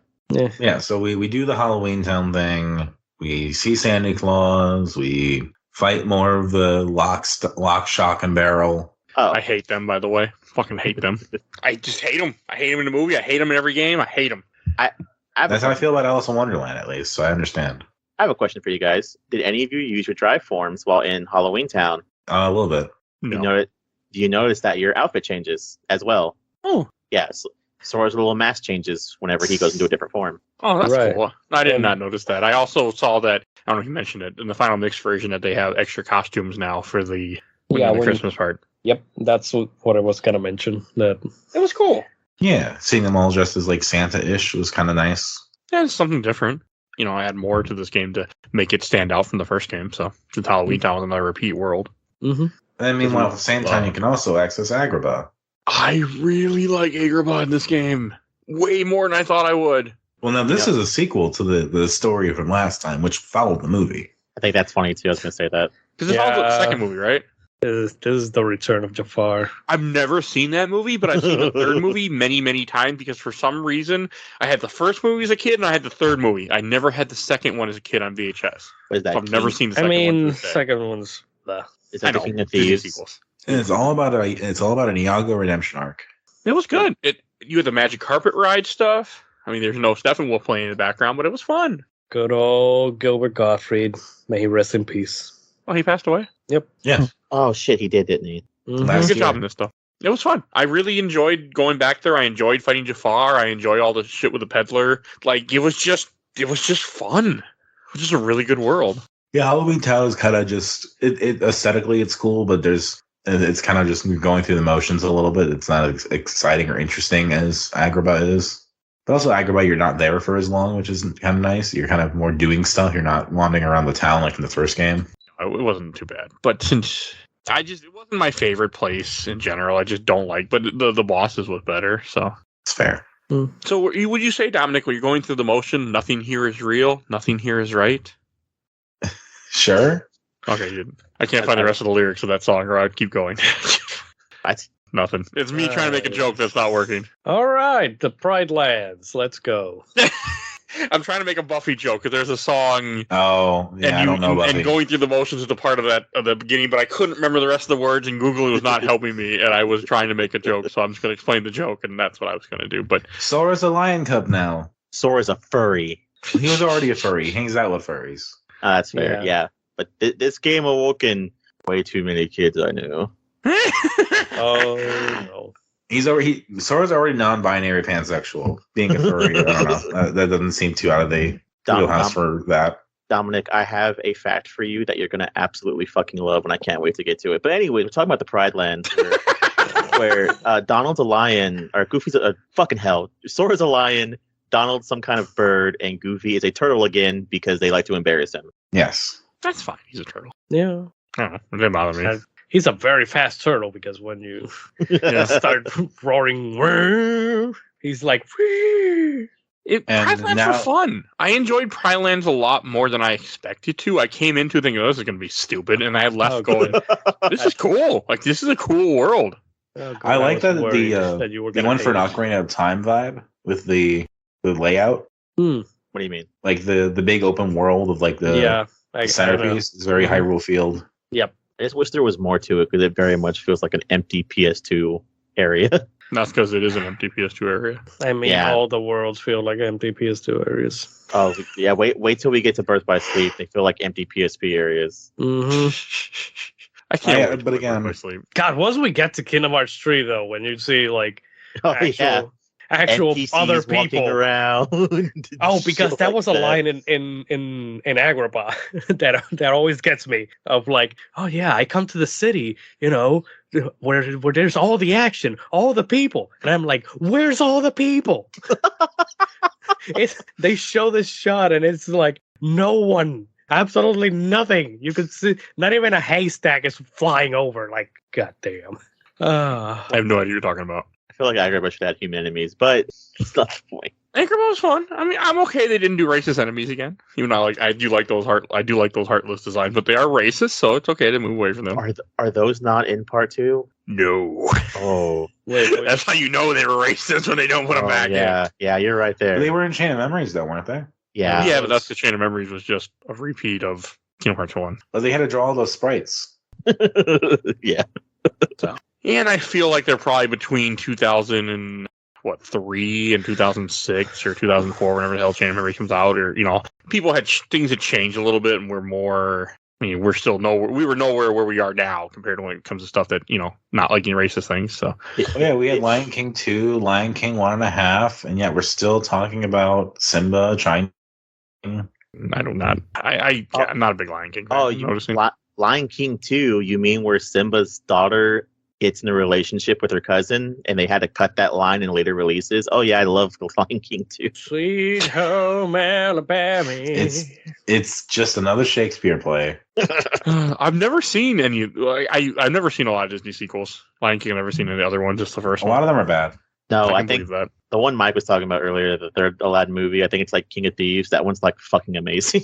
Yeah. It Cinderella is. 3 actually is rather interesting. Oh, I heard Cinderella 3 is also fucking great. There's a part of me that really wants to go to watch a bunch of these movies and record about them, but it has not happened yet because there's so many other things to do. Probably should. To me. Well, we can watch a handful of them and then talk about them, and I vote we watch them while eating edibles.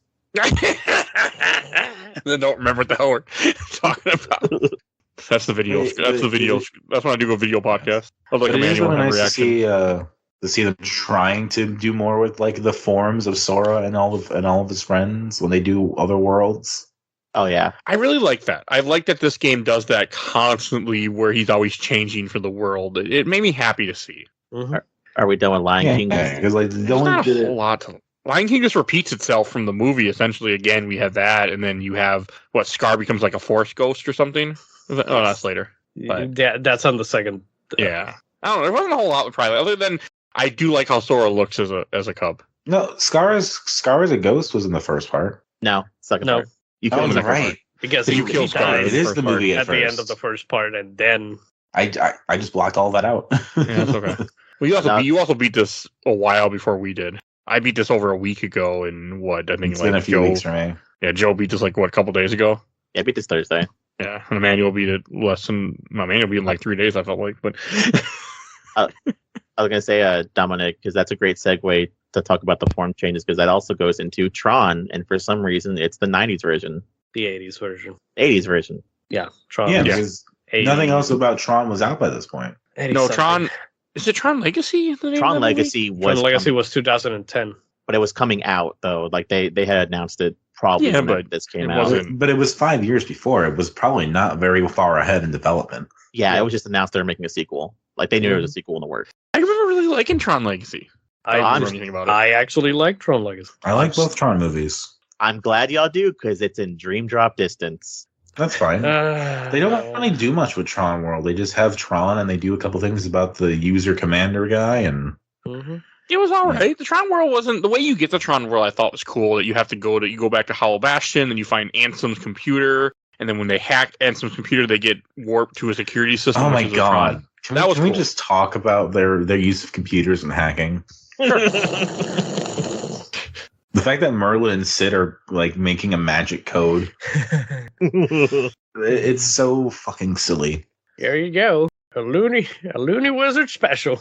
The fact that like for some reason Squall can just figure out computers, but if you put Sora or Donald in front of it, they just fuck it up. That sounds accurate. I mean, did you see Roxas fucking up that Yeah. computer back at the beginning?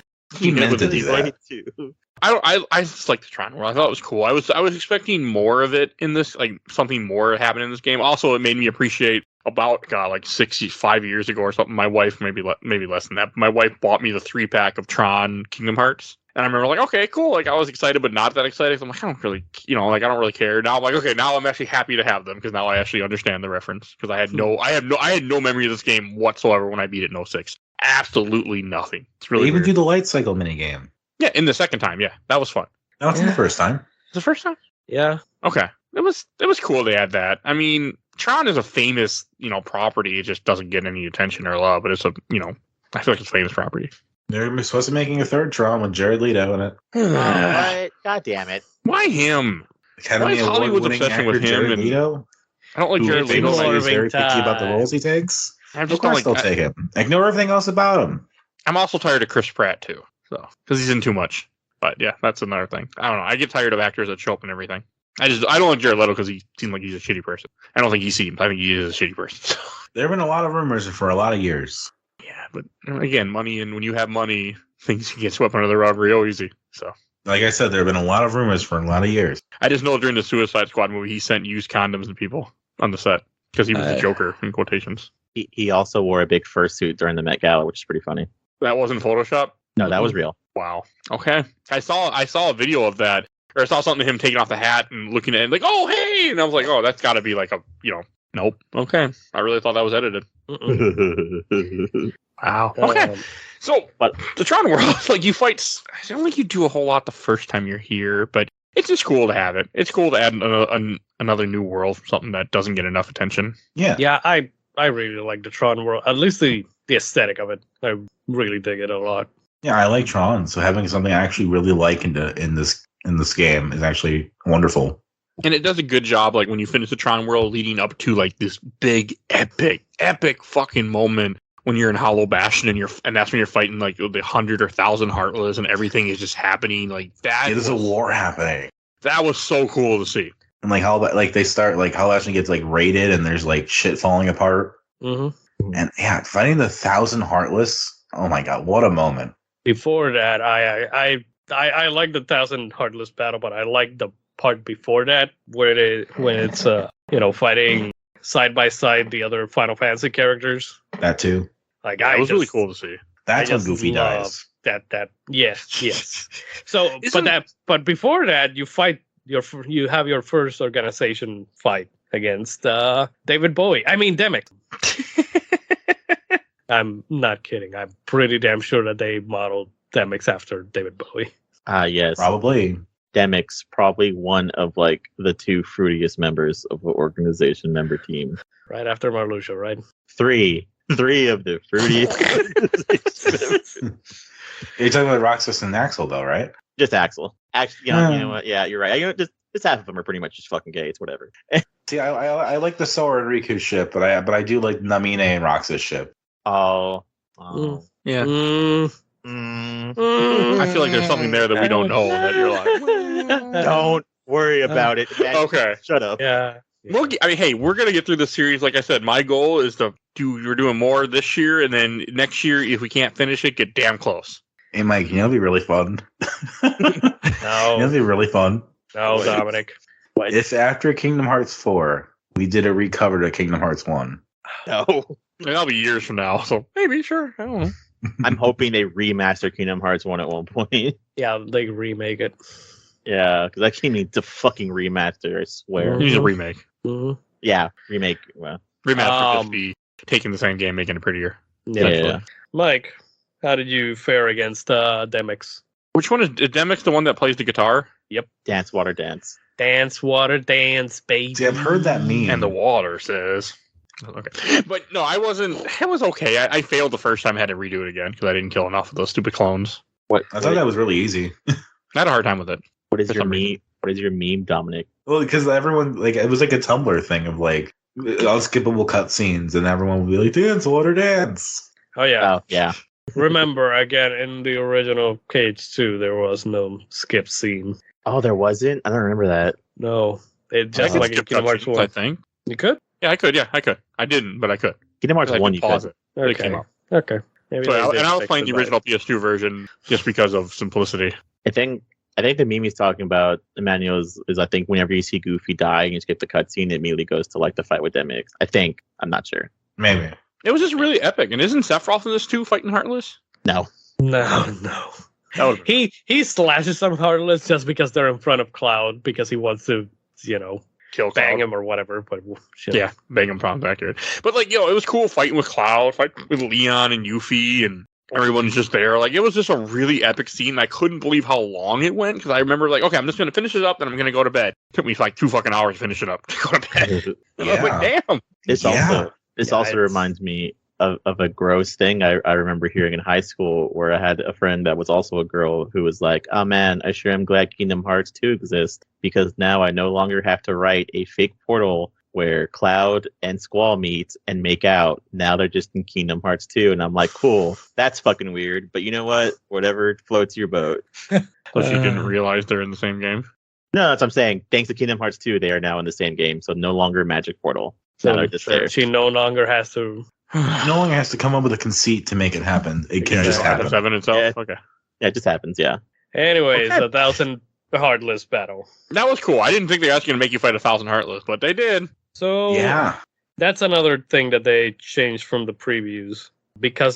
Unfortunately, because of hardware limitations, we did not get an even better 1,000 Heartless battle. Because it was supposed to be in the preview of the EGM magazine, you were supposed to fight like a lot of different types of Heartless, not just the same three, whatever the amount was. There was actually like the behemoths from the first game, the big guys with the horn in the yes, the one that you fight after.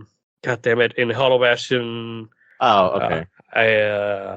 After you've beaten Ansem Riku and you come back to seal the thing and then go to the last world, that thing, the 4-legged big brute thing. There were supposed to be like those around, like multiple of those that you were supposed to fight. But again, because of hardware limitations and shit, like they had to limit it to those 3 Heartless. Which I really liked. I thought the simplification of it made it more interesting and kind of more epic. And the fact that you could just hit triangle over and over again was fine too. Yeah. No complaint there. Yeah. No, I didn't mind it because like an army and something like this in the video games and movies, a lot of times it is the same thing. So it worked. I didn't even think. It sucks having that, knowing that there was supposed to be something else, but they just couldn't do it. But me not knowing, I had no issue with it. It just felt cool. Still, now it's a little less cool. Now you tell me they had other ideas. So still cool.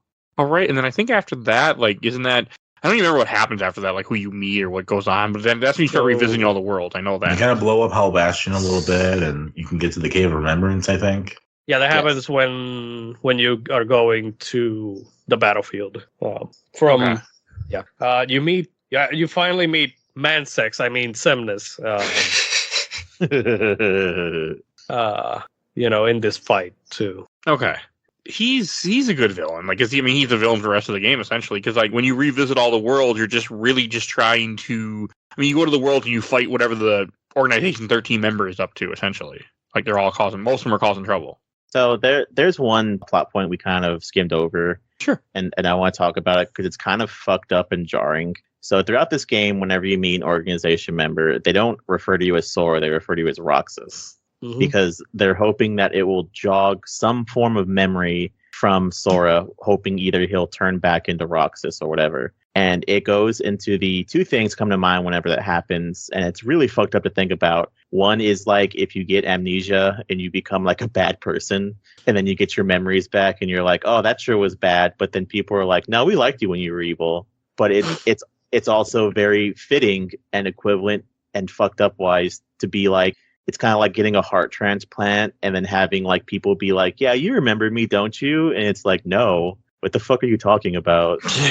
Interestingly, what they wanted from Sora to be Roxas, they got with Riku. Yeah. He would literally transformed himself. So yeah, and that was of his own free will because he wanted to harness the darkness. It's more complicated than that, but sure.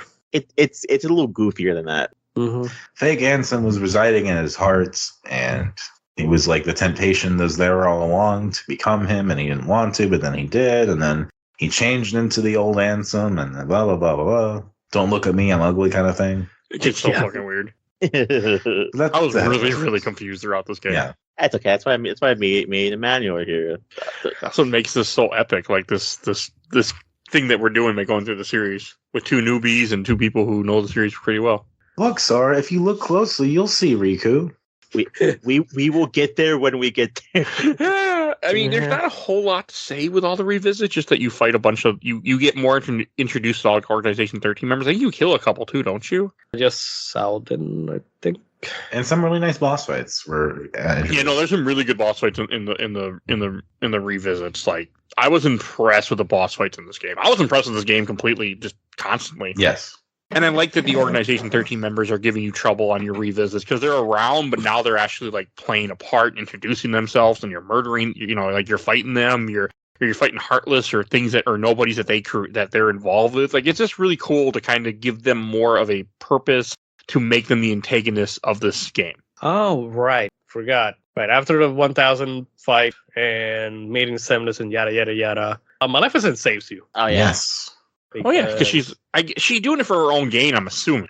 She says, "I'll take care of the Heartless." It's the villain team up with the heroes for the week episode of the cartoon. Oh, you're fighting nobodies. Never mind. Yeah, no. What I'm thinking of is the end of the game. Okay. We have a common enemy. Exactly. Yeah.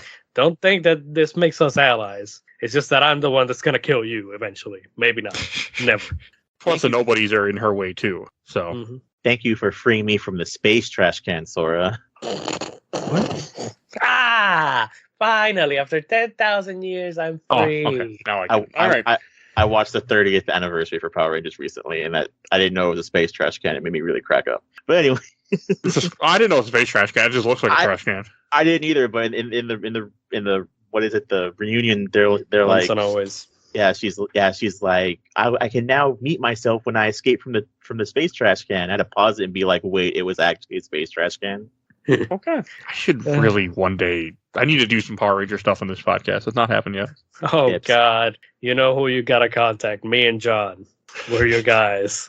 Dipped as well. That's Anyway, it's on my list of things to do, but yes. God, we never... Oh, we could have gotten a Power Rangers world in Kingdom Hearts if this... no. Oh yeah, No, actually, because Disney tried to buy him at one point, didn't they? Disney And the bomb owned was it. like, no. it's okay. Disney owned the Power Rangers brand, but then they sold it back again. Oh yeah, they did own it. Okay, yeah, okay, that's what it was. They sold it back to Saban because they couldn't do anything with it. Yeah.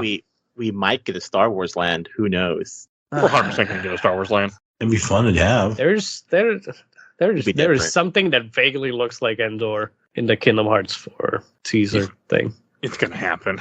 It's gonna happen. Can't. Yeah, it's too big of a franchise not to pull it. And we're gonna have a bunch of fucking superhero worlds, and I'm gonna want to shoot myself.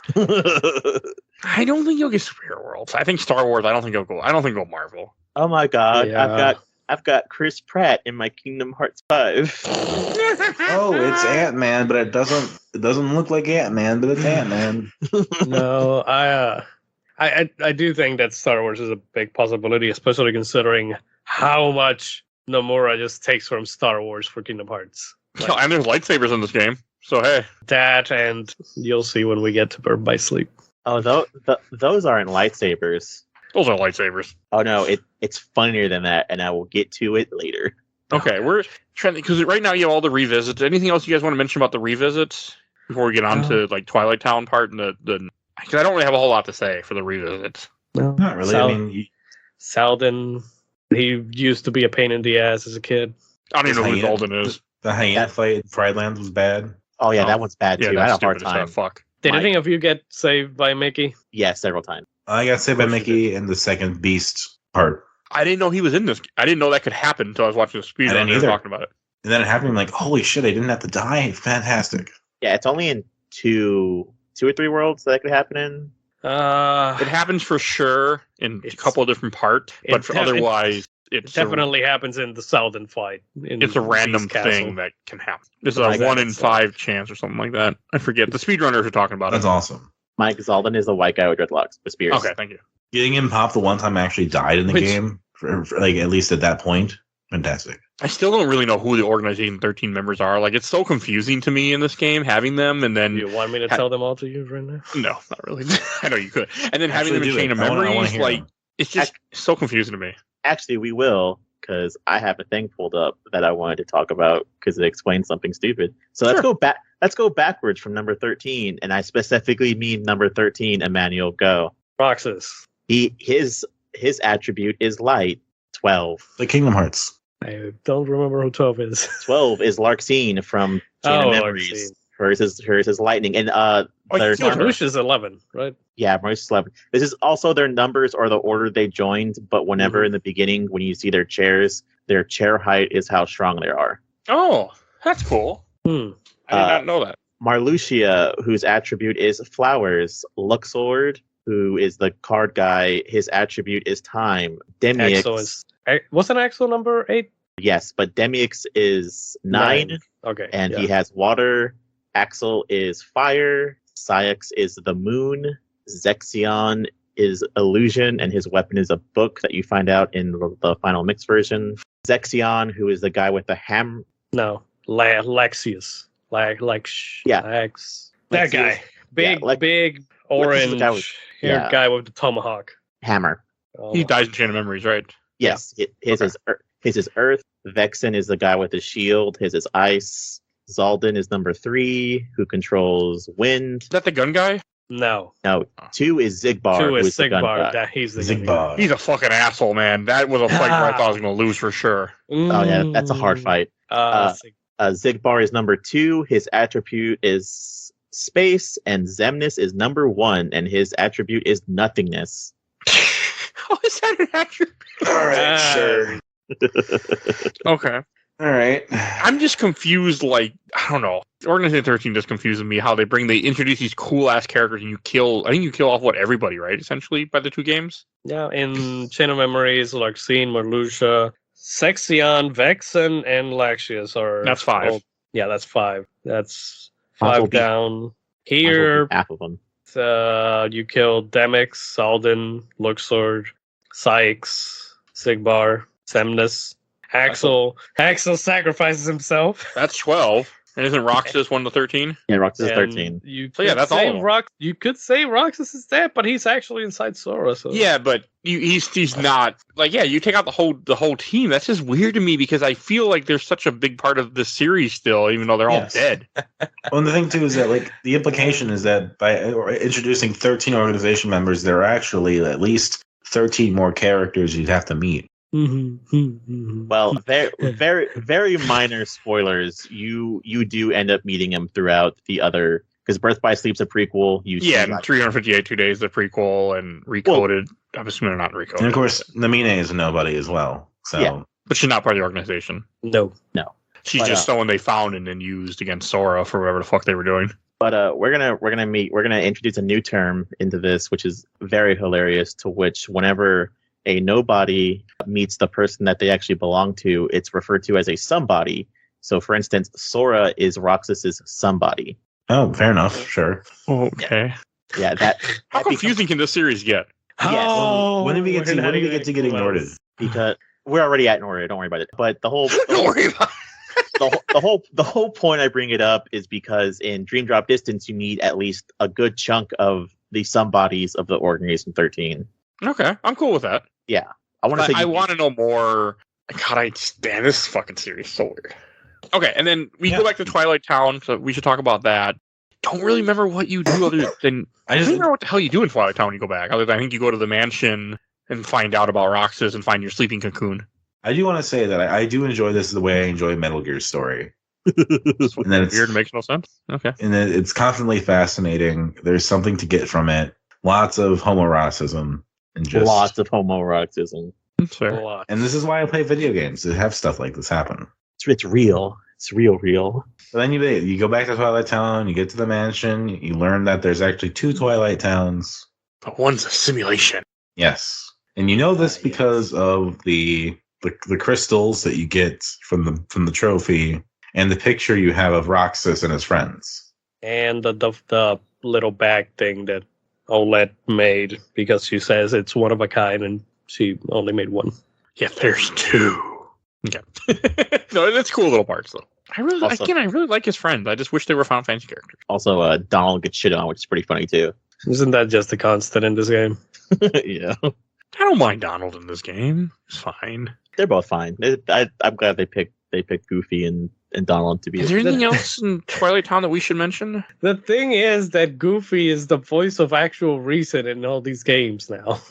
He's always the one saying the right things, and everybody's like, shut up, Goofy. as one should. Probably more shutdown will be more appropriate, but And that's when you go through the I guess you find the simulation thing, and then I think that's like all you really do in Twilight Town, right? And then you eventually go back to then you get the final world. you have to go to the other Twilight Town to get to the final world, don't you? I can't remember. I'm watching the cutscenes right now because then you have Axel where he sacrifices himself to open up the portal to darkness for you. Yeah. Look, he just really. I have a question. Okay, so Axel dies in this. I mean, like you guys keep acting like he's like this huge character in the series, but he's dead in the second game. I mean, I know they're all prequels, so I guess that kind of goes along with it too. But Well, he's going to be in 358 or 2. We know that. yeah, and he's in. Yeah. I'm assuming he's in Birth by Sleep. Assuming. I'm Yeah. assuming he's in Dream Dark Yes. Distance. No, he's dead. Yes. Yeah, he's dead. Yeah, but you guys made other comments that pretty much ensure that. And I also know Dream Dark Distance is time travel shit. So No, that doesn't make sense. yeah, I know it doesn't make sense. That Look, doesn't mean it's not real. Also, Look, it all just Axel has to do is- with what Joe just mentioned about the somebody. That's all I'm gonna say. Okay. Axel is just the guy from The Lens with You. I can't remember his name, but he's like the announcer guy. Oh, the show? The guy with the hat that yells out numbers and shit? So is that a slow? I fucking love that guy, man. He's the Same character. He's like my favorite villain. I think he's a little cooler on The Lens with You because I think Axel's a little cornier because I think Committed to Memory is better than Got It Memorized. No. Committed to Memory is Got it memorized. I want to hear got it memorized. But yeah, Committed to Memory is better. No. But it's like Committed to Memory is much more authoritative and like wise, and Got It Memorized is much more like snarky and dark. childish. Yeah. Yes. So I think this has an added scene in the final mix because I think whenever Axel commits seppuku, there's like a really fucked up scene of him talking to Roxas and basically passing on to the afterlife. Oh yeah. Yes, Yeah. that is an added scene. That is not It's an Assassin's Creed moment where when you're dying, you just keep talking. That is true. You stabbed me through the gut, but I'm going to tell you our whole plan, and we're going to stand here, and my guards aren't going to touch you, and we're just going to talk and talk and talk. Mhm. So yes. Yeah, it's meant to like bring more emotion to the scene of like Axel's like it's not when Axel dies. It's after the Roxas fight. Oh, is that the Roxas fight? Yeah, Yeah, there's a whole because cutscene after the Roxas fight where they're talking, and exactly. Yeah, because you beat Roxas and Roxas passes Sora, and then the flashback starts of him remembering when he first woke up, and Semdes gives him his name. And then it turns into Axel and him in the tower, and Axel's like him like, hey, there's always ice cream and there's always this clock tower.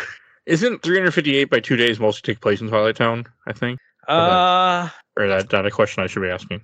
I mean, kind of like basically it's like most of the you do play in Twilight Town. I've seen bits and pieces of the game over the years, but not much. Yeah. Also, just the whole thing with the clock tower, it should be Peter Pan. No, just That's because they want to do something different that isn't, because Twilight Town is that special thing for the organization, I guess, or for Roxas. I don't know. Let's go. For Roxas. But then you get to the world, the last place. What the fuck? I was about to call it the world. The world that never was. Okay, and so then finally the ending cutscene in 1 finally made sense to me. The one that's like a bonus cutscene because you see Riku running down a building. I was really fucking confused. I'm like, why is he in like a real life building in Disney World? And yet here we are. I'm like, oh, a real life building. There's the building he ran down, and there's things to fight. Okay, finally made sense. Yep. How a teaser trailer for a cutscene for a game that doesn't make sense till you actually like get near the end of the game is interesting. Interesting time. Like, so I want to talk about that. So I went back and watched both hidden cutscenes from 1 and 2 because they were in a stack. So I watched because obviously the first secret cutscene came on before the second one did for the final mix, and so much of that makes so much more sense after you played the game. Yeah, and it's even weirder because there's, besides like I think maybe 1 or 2 parts that aren't in there, there's like dialogue talking about nobodies from the Ansem report in Kingdom Hearts 1. There's like a comments of like people asking where Sora's at and stuff like that. So it pretty much does end up happening. I mean, and you'll see the same thing. You see the same thing happen when you get to Birth by Sleep, because That cutscene made absolutely no sense to me. Yeah. Oh, it's okay. But it looked really nice. It did look really cool, and I keep thinking that bald guy was part of Organization 13, but he obviously isn't because they're all dead. And Shut up, Emanuel. It's okay. Did you watch the full cutscene of like where they're running around fighting, right? Yeah, and I know I've seen enough that I've seen that guy without a mask that's next to the bald guy, but because I watch speedruns here and there, and I watch things about this series, I'm like, I'm never gonna get to it. But thankfully, I have no actually I don't remember anything, and nothing made any sense. So I didn't commit it to memory. So there's one comment I will make later at the end of this video because it will be funny. But anyways, so we beat Roxas, and that's a cool scene. The final mix version, you actually beat Roxas. Yeah, final mix version. That's Roxas, cool. But I really like that fact that I thought that was really cool. I watched that fight. It's a nice fight. I also like how in the cut. It is hard. In the cutscene, it also shows that even though Sora and Roxas are the same person, Sora is the better Keyblade master. Because even with 2 Keyblades, Sora still wins. Yeah. But like I said, I had to grind a while for that fight, so that took a minute. That took a couple hours, and then from there, it's kind of smooth sailing. Kind of has some interesting stuff, but Oh yeah. After you fight Roxas and beat him, like every other fight afterwards is like cakewalk compared. well, mostly. Most. Dominic, did you get the reaction command? Which one? The one where you fight Roxas, where you steal his Keyblades? Oh. I think so. Yeah. Yeah, it's pretty cool. I like that. It's part of my favorite part of that boss fight if you get it. It's hard to get though because I think you have to be attacking him the same time he attacks you for you to get it. It does like a parry thing, doesn't it? It does a real quick time event where you have to hit it right. Yeah, and then you steal his Keyblades, which is just great. From there, you get to the Castle of Remembrance or something like that. The castle that never was. The castle never was. But then like every room has its own title. Something emo. Yeah. The melody of the Forgotten Melodies room or whatever it is. Yeah, it's like the memory of the forgotten, and like the path that goes nowheres and stuff like that. But then this is where everything starts popping off, and like Kyrie's there, and like her whole subplot of trying to connect up with Sora is finally completed, and you see Riku again, and there's like a boss fight with a sniper essentially. Yeah, with Sigbar. Sigbar. Yeah.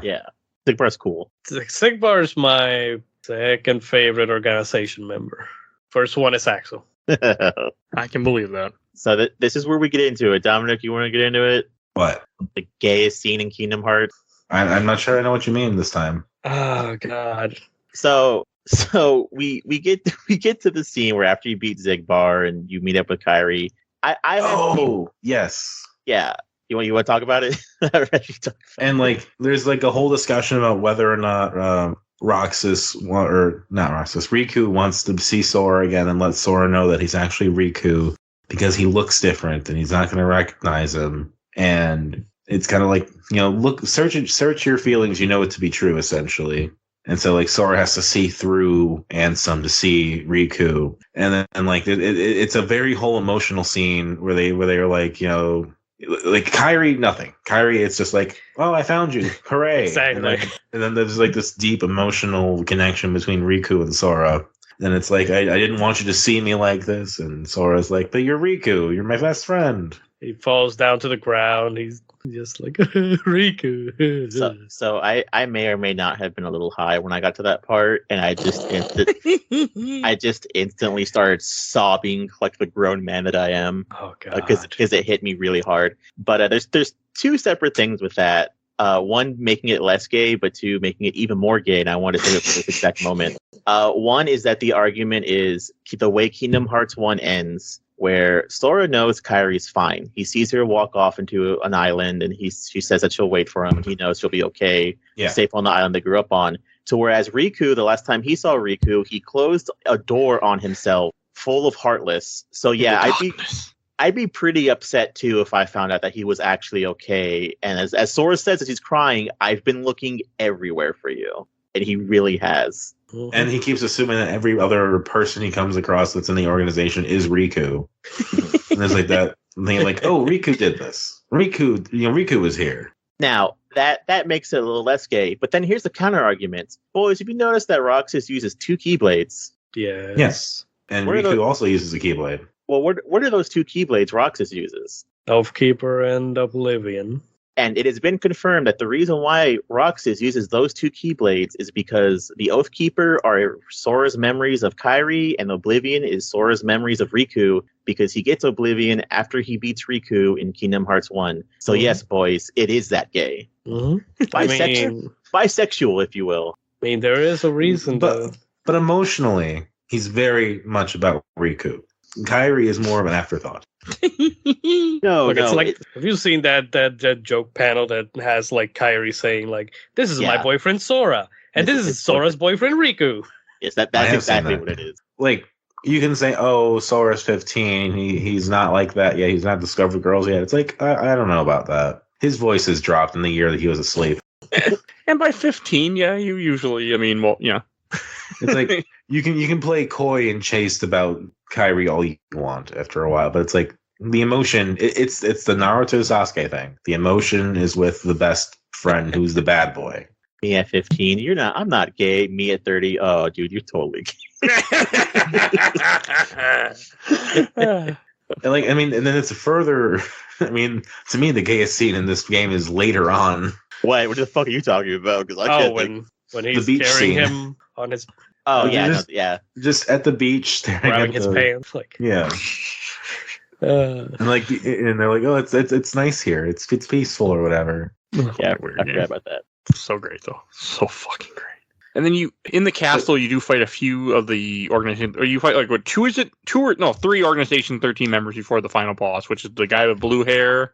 You fight the guy with fucking hate the fucking card guy too. Luxord.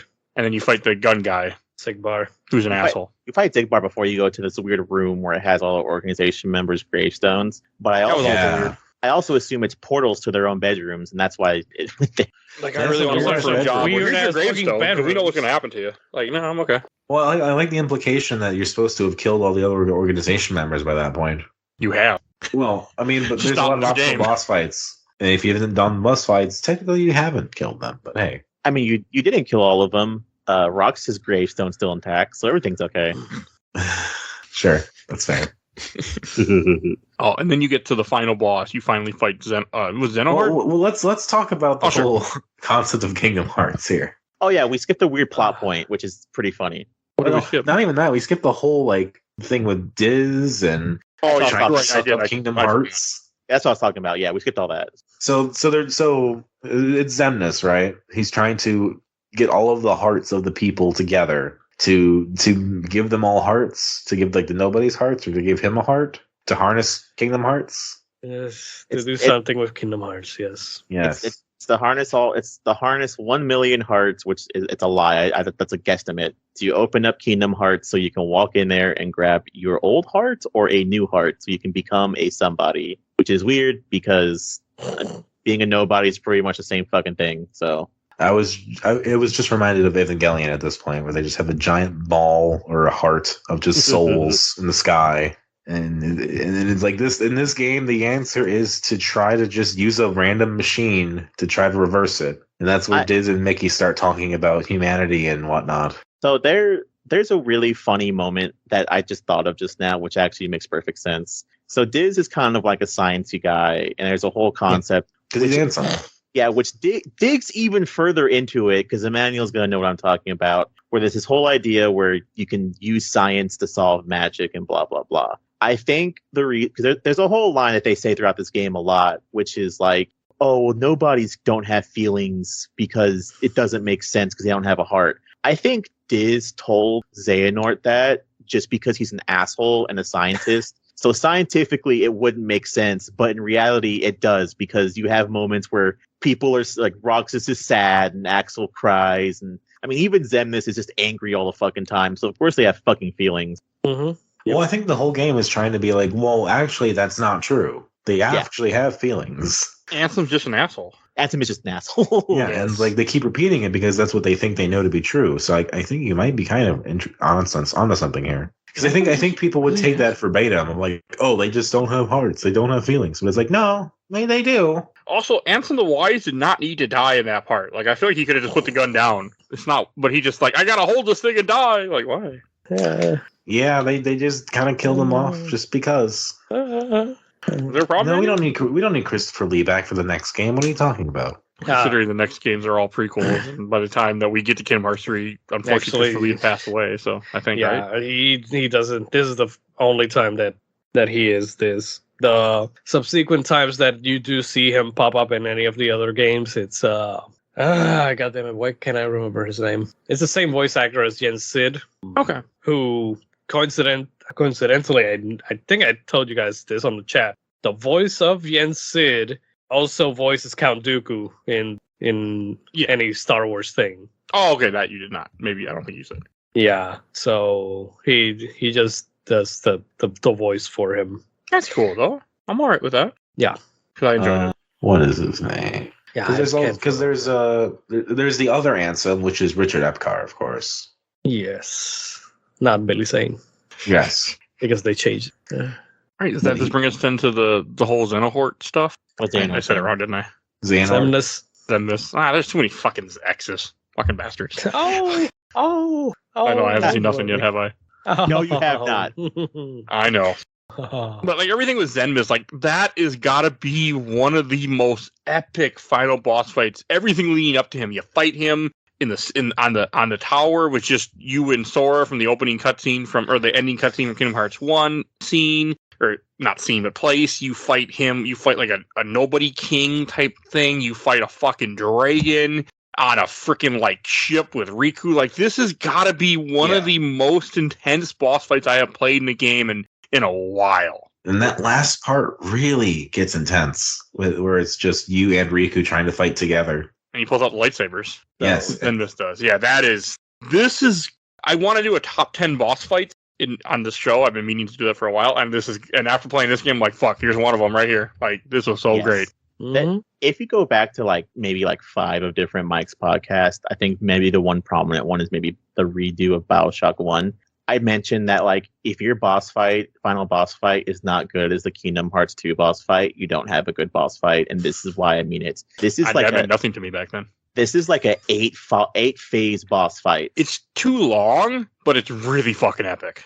And they get you every time too, or for most of them, because I think for most of those, at least the 5 big parts of it, they have a scene in between or just something that makes you think it's all over. Mm-hmm. It just keeps going. If you died, you have to do the whole thing over again? No. Okay. Because I died during the last form, so I had to go back to that a couple times. Okay, I was scared it was going to make me do the whole thing again, because this is PS2 era, so I'm a little untrustworthy of PS2 era games. Because they're not as friendly as 360 era. 360 era and on is where, checkpoints, here you go, checkpoint, you moved an inch, have a checkpoint. It's much nicer. I'm being sarcastic, but it is much nicer. And PS2 era was like, oh, you didn't save for an hour? Well, that's nice. You didn't save for 5 hours? That's nice. There is a moment where, trying to think of what it was. There's a lot of good moments in this whole boss fight, and I know there's a part where I died, and I thankfully didn't have to go all the way back. I want to say it's in the engine because I got cheap shotted, but it's thankfully very forgiving. Well, you also were playing the hardest difficulty, like an insane person. Yeah, never again for this podcast. No, please don't. Yeah, it's just not. I mean, I tell everyone that when they play it, however you play, even if you don't finish it, I don't care. It's fine. Come on the show, especially in a game where you beat it 20 sometimes, Emanuel, or more. Mm-hmm. I mean, you're at what 20 plus, right, for this game? Yes. I'm at the same though. It's fine. Don't worry. This That's game's impressive. Great. I can see why you guys have played this game so many times, though. I have only beaten this game now twice, and I don't know if I even beat it back in 06 because I have no memory of any of this shit. All I remember is I borrowed it from a buddy of mine, and then I gave it back to him. Can you explain the appeal to me beyond just trying to understand the story better? Comfort food. Because going through the worlds again can't be that exciting. So I can give it enough of a hoo-ha to explain why. There's a very it's the same thing as Kingdom Hearts 1. There's a very specific way you can do replayability in this game, which is starting off the game and choosing between the 3 weapons, which changes your complete loadout for the system. Because depending on whether you pick the sword, the wand, or the shield, it actually changes what abilities you get in the game. Oh. Because for instance, if you play as a magician, I got Leaf Bracer at level 10. If you play with the sword, you don't get Leaf Bracer until level 30. Got it. That makes sense. Also, there's tons of different final hit combo stuff that you can do. One way that I absolutely cheated the game is I had an ability equipped where it took away my middle hit combo, so all my combos were just 1 hit and then a finisher. And my finisher was a bunch of orbs to where they spinned around Sora, and that attack level was based off of how much magic points I had. And since I was playing as a mage, I basically one-shot every enemy after pretty much at the end of the game. See, I saw that. I saw the ability to take away a hit in the middle of the combo, and I'm like, why would I do that? And now it makes sense. Yeah, there's tons of different ways you can stack abilities. I know there's also some of them that they don't work with each other, so you can't have 2 or 3 final abilities stacked on top of each other because only one will work. Because I was definitely like putting all my AP points into Sora. Oh yeah, Obviously. He finished with like 80 or 90. It feels like. I think the only thing that is worth it is just to put a little bit into them because Goofy and Donald's abilities kind of affect Sora, such as like the Lucky and the draw where you can pick up items closer. It was just annoying that they kept drawing on Sora's MP to do it though for some of their moves. Yeah. Donald's flare attack is overpowered. If you watch any of the speedrunners, you can basically kill bosses in like 2 of Donald's flare attacks if you really knew how to do it. It's insane. Okay. But I mean, yeah, like glossing over the whole dragon fight with like being like an on rails segment basically, where you're shooting down different parts of it, and then like parts of it falls away, and then it attacks you again. And it's really good. You're also fighting a nobody dragon. Mm-hmm. Yeah, that was cool too. And then you have the part where you're leaping on the skyscrapers as they're being thrown at you to get back to where he is on the little garden that he's in the sky. Like I said, so fucking epic. Yeah, there's so much scope and there's so much just ambition to pull this off, and they do it. So 2 things. I don't know if either of you noticed. I know Emanuel did for sure. The first armored fight against Xemnas, he's using all of the organization members' weapons. Do you guys see them? I did not notice that. Didn't notice that. Yeah, they're all around him. He throws out like the spears and he'll shoot with the guns. And I believe his big sword is a big lightsaber in the middle. Does he play a guitar too? I think he summons water minions. I might be wrong. Yes, he does. I fought those. Yeah. But please take notice of that armor because that armor is super familiar for some reason. But don't worry about it right now. Just not right now.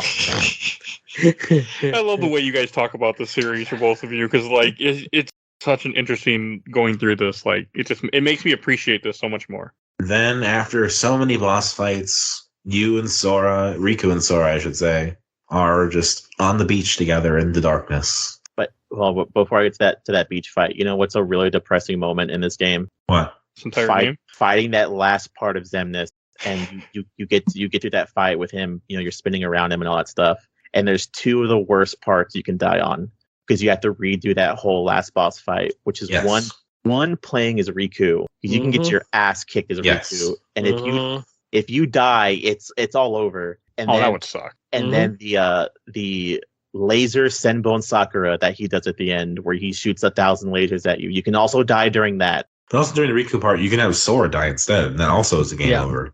Oh yeah, you can have that happen too. Yeah, it's more likely that Sora dies than you die. So I usually die as Riku. But there's also the part where you have to keep countering when the fight starts. Yeah. The easiest way to just get to Xemnas in that part is just using Dark Aura, just throwing the fireballs. Keep spamming those fireballs. Just spam fireball, do like 3 steps, spam fireball. That's how you keep him away. It unlocks Xemnas' weird clones that he has. Yep. Oh, interesting. Mm-hmm. But we're at the ending. Game's ending. Yes. But yeah. It's an epic ending. I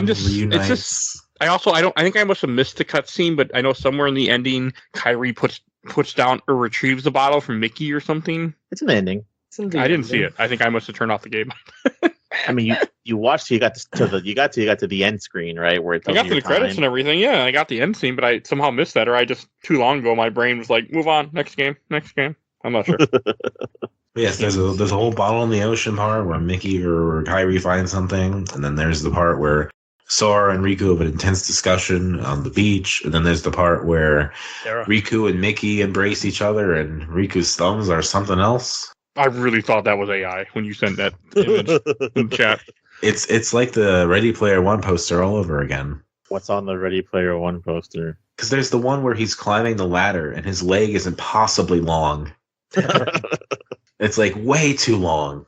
But it really does feel like this could have been an end to the series too. Yeah. And for a lot of people, I want to say this kind of was an end of the series for people because there's a lot of people out there, myself included, that had no interest at the time in the handheld one, because the next couple games are DS, 3DS, or no, DS, PSP, DS, 3DS. And I was like, I don't care. Those are just spin-offs. And they're not really spin-offs. Mm-mm. I mean, they're part of the game, the series. So I think that played a big part for a lot of people. Oh God, why does it look like that? What the fuck? Is that a real poster? Yes. Why? It is a bad Ready Player One poster. He's a giant think that through. I don't understand. People make no sense sometimes that approve stuff. Like, are people just like, I don't care. Yeah, sign off. Yeah. Have you seen the Marvel posters lately? They're just cookie cutters, but they're fine. No, I haven't really. I've kind of broke a little bit on the MCU, which makes me sad. I'm not the same way into it as I was. Mm-hmm. I still like it, but I can't bring I want to review more for this podcast, but I can't bring myself to do it. I'm like, there's just too many other more exciting things for me to do than those. If the MCU was like Kingdom Hearts, I'd be interested. If they told a really complex story across all of those movies where you really had to pay attention and like absorb and like rewatch to get all the information, I'd be into it. But no, it's a vanilla ass boring story that people are rewatching to get Easter eggs. Yeah, Marvel's at a 6 and Kingdom Hearts is very much an 11. They need to step their game up just a little bit. And Disney allows both to happen. Yeah. And then after you beat the game, you get there's 2 cutscenes you can get also after the ending, I think, right? If I'm right, Emanuel? Yeah. And I know the one for sure is the one with which essentially the Birth by Sleep trailer. That makes absolutely no fucking sense at all. Like, just like the end of Kingdom Hearts 1 doesn't make no sense for this game. They're both for by sleep. Okay. So I super want to talk about this because it's really funny, and I hope I make y'all go back and see something absolutely hilarious that Emanuel knows that I'm talking about. One is the original Birth by Sleep secret cutscene does not make any fucking sense. It has 3 characters who are clad in armor who are walking up to 3 Keyblades, and those Keyblades are Sora's Keyblade, his original Keyblade, Riku's new Keyblade that he introduced that he has in Kingdom Hearts 2, and I'm not 100% sure what the 3rd Keyblade is. It's Mickey's. It's supposed to be Mickey's, but that cutscene does not exist in Birth by Sleep. No. 100% does not exist. Nope. So, okay, keep going. So, in the second cutscene, which is the final mix version, you're introduced to where there's an old man and a guy who's strikingly similar looking, who is wearing Riku's armor from Kingdom Hearts 1 and a helmet. And that whole cutscene plays out scene for scene in Kingdom Hearts Birth by Sleep. And it's the best moment in that game. And one of the things that you may notice after everyone's flying around and fighting, you're introduced to the characters whose helmets are removed. You have a man with brown hair who we reveal as Terra, who is our main character. Also looks like Zack, FF7. Yeah. Also looks like Zack. You have Aqua, who is a blue-haired waifu from Birth by Sleep. Best girl, baby. And you have Ventus, who looks like Roxas, and no, I'm not explaining why. That's not Roxas? That's not Roxas. I swore that was Roxas. Nope. But I'm reminded again of Evangelion, because if you've seen the modern Evangelion movies, they do a lot of the same stuff. They have the theme songs are by Hikaru Utada, and the trailers are often lies that don't exist in the next movie. Oh no, this one for sure happens, and it's great. Okay, I'm really excited for Birth by Sleep. We actually will probably have another person joining us just for that one game. Mike Hughes wants to join. But first we got to get through 358/2. Yes, which is weird. He didn't volunteer for that one. Huh? Nobody should volunteer for it. I'm excited to play it, actually. I want the story of the organization. That's the story that I want next. I mean, the story is great gameplay. It's fine. I'll play it on my PC. I won't have any problem with it. So. But one of the characters in that final cutscene is a secret boss for Final Mix, who is referred to as Lingering Will, and that is the fucking hardest final boss, second hardest final boss in probably the Kingdom Hearts franchise. Oh, that's cool. Secret boss. I'm very excited to see, like, because this cutscene makes no sense to me, and I don't understand anything that's happening, so I can't wait to play Birth by Sleep. I don't understand what the fuck's going on. Don't worry, you won't We understand. have 6 months until 7 months, actually, really, to get through these next 2 games. Yeah, they're already on the schedule, so. Yes. We'll get to them. You have so much ahead of you, Mike, just in your podcast life in between all of that. I fucking love it. And I've said this before, I'll say it again since you mentioned it. Like, I fucking love it. Like, it gives me a purpose when I'm down, when I feel like I don't know what to do. Like, it's one of those things. Oh, I have this to do. I have this to do. Like I never have that, game paralysis. Like, what do I play? Like, I don't know. I'm not in the mood for anything. Like, I know exactly what I'm going to play. Once in a while, it bites me in the ass where I'm like, I don't really want to play this right now. But for the most part, it's fine. Plus, it just, I found out that I really like having that focus to always have that next thing to work on, and it helps me get through life. Apparently, That's great. And I make great content that people enjoy. And it allows you to take breaks between the games like this, so you can come back refreshed and ready to go for the next Kingdom Hearts game. I'll never play a whole series one after another ever again after Uncharted. So. Oh yeah. Also, Cloud dies. Oh, okay. What? Did no one beat Sephiroth? Anybody beat Sephiroth? No, I didn't beat Sephiroth. Dominic? No, God no. So Emanuel, go ahead and explain. No, he doesn't die. They just He go dies. into the big, great sky to continue their ongoing fight against something. I don't know. When you beat Sephiroth, Cloud shows up, and Sephiroth does the whole "I'm your darkness, Cloud. You'll never be able to get rid of me." And then Cloud goes, I will never be a memory. And then Cloud goes, "Well, that's why I have the light." And then Cloud turns the Tinkerbell, and they fly at each other 500 miles an hour, and they explode, and no one knows where they went, and it's never explained in any other games. They show up again? Nope. No. Oh. But Tifa says, they've gone off to fight somewhere else. I love that. They went off to the Final Fantasy VII remake. Probably. That's Probably. that's probably super right now. That's probably super canon, yes. Yeah, that's probably really canon. You made that comment, and I actually believe that's real, so that's probably real. All right. Should we go on to questions, comments, or memories? Yes. Yes. Okay, I'm going to go through these quick because I want to wrap up this episode. So Yes, please. It's not 4 hours. We didn't get to 4, so no, but I have to go run somewhere. We're at 2.5 hours as of raw audio, so not bad. Not bad at all. If I wasn't had other things planned that my wife wanted. I'm glad we started at 8 o'clock. I am too. God damn. I wasn't at 8 o'clock. I was very unhappy that we started at 8 o'clock in the morning, but I'm happy that we did. All right, I watched the entire Orblood Super Replay group. First one from Brian Brown. This is in my top 5 games of all time. I've done 2 level 1 critical mode playthroughs of the game. My mind was absolutely blown during the Roxas / actual fight when he pulls out 2 Keyblades, bitch. 2? Like one of the peak moments of the entire series. And from Nate McKellen, friend of the show. I played this game one summer at my mom's house. My younger brother owned it. I was like, must be a baby game because of the Disney characters in it. I chose the hardest difficulty and played through 99% of the game, getting to the final boss and just getting my ass handed to me over and over. I left the summer and never beat it, but I was invested and thought about it. My little brother sent me the PS2 and the memory card, so I bought KH2 and beat the boss and the game. I love it so much and will always hold a special bond for me and my brother as I went to mocking it and going easy game for babies, and he was a good sport about it. And then I got invested in everything going on, and now I'm a huge fan of the series. There's a special kind of psychopath who plays Kingdom Hearts critical mode on level 1. Did you do that, Joe? No, hell no. Hell Did you do that, Emanuel? No. Okay, so Nate is a special then. All right. Nate does do hard things. It sounds preps awful, for especially because I doubt the people. enemies level with you. No, the enemies don't level with you. Or the enemies level without you. So you could be level 1 and the enemies will be level 50. Yeah, that sounds horrendous. It's bad. No, thank you. No, thank you. All right. I've seen people do it, but no. I did too on speedruns. Mercedes Fairbrother.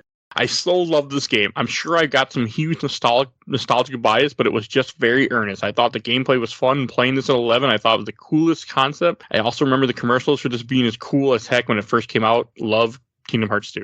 No, you're not wrong. Game still holds up and is amazing, so not wrong at all. Right, and then from RPG Sanctuary, I got a few from Salin Ellenbow. I didn't appreciate it because the story got derailed so hard at the end game. Fair. I mean, that doesn't change ever with the series. Fucking 1 was crazy too. From Moses Morales, the gameplay is fun, but you need to play it on hard to make it fun. Isn't that right, Joe? Oh, no, fuck you. You can play this game on normal, have a good time. Leave me alone. Also, I just feel Play the on whole... whatever fucking difficulty you want. That's... And you just said I also feel the whole Organization 13 plot was unnecessary. Nope. Okay. What? I What? don't know. I got nothing. That's what makes the fuck... what? Yeah, I That's the agree. good part of the game story. From Tom Diamond, still my favorite Kingdom Hearts game of them all. Just improved on the first one in almost every way. The combat was so much fun, especially in the harder difficulties. From Sarah Juvelin, loved it. The first game I actively, excitedly waited for and played as soon as it came out. High on my list for a replay. And okay, from Gil Marquez, I played Kingdom Hearts Recoded in the DS, and the status upgrade system is amazing. Lots of mini games. I haven't finished Kingdom Hearts 2 though, only 1. Okay, thank you for your contribution. From Jermaine Hoyt, I love Kingdom Hearts 2. It is a huge improvement over Kingdom Hearts 1. They fixed all the problems, and like the fact that the whole worlds were bigger and a camera was a huge improvement. But let's just be real. You see more grown men and women crying over this game than little kids if somebody said something bad about it. Yeah. From the Kingdom Hearts community, I got 2. From Arturo Avila, just the amazement of playing Timeless River for the first time. And from Steve Gifford, Peak Kingdom Hearts. Okay. And then from the last... Sorry. Peak. Yeah, no, I agree. That's what I've heard a lot of people say. This is the peak of the series. Like, we're only going downhill from here, baby. I'm okay with that. I mean, that's fine. I mean, I'm sure we'll find stuff to enjoy along the way. I mean, there is a lot to enjoy in the other games. It's just that we're never going to hit this peak again. That's okay. There's a picture that Mike put in the group chat, the Facebook group chat. I want Mike and Dominic, I want you to go back and look at it, see if it makes a little more sense. Where it's like a picture where it's like, this is Ansem, but also this isn't Ansem. You know how long ago that was? Yeah, I know. I see if I can dig it up, see if it makes a little bit more sense now that we're like 4 games in. We're only 3 games, sir.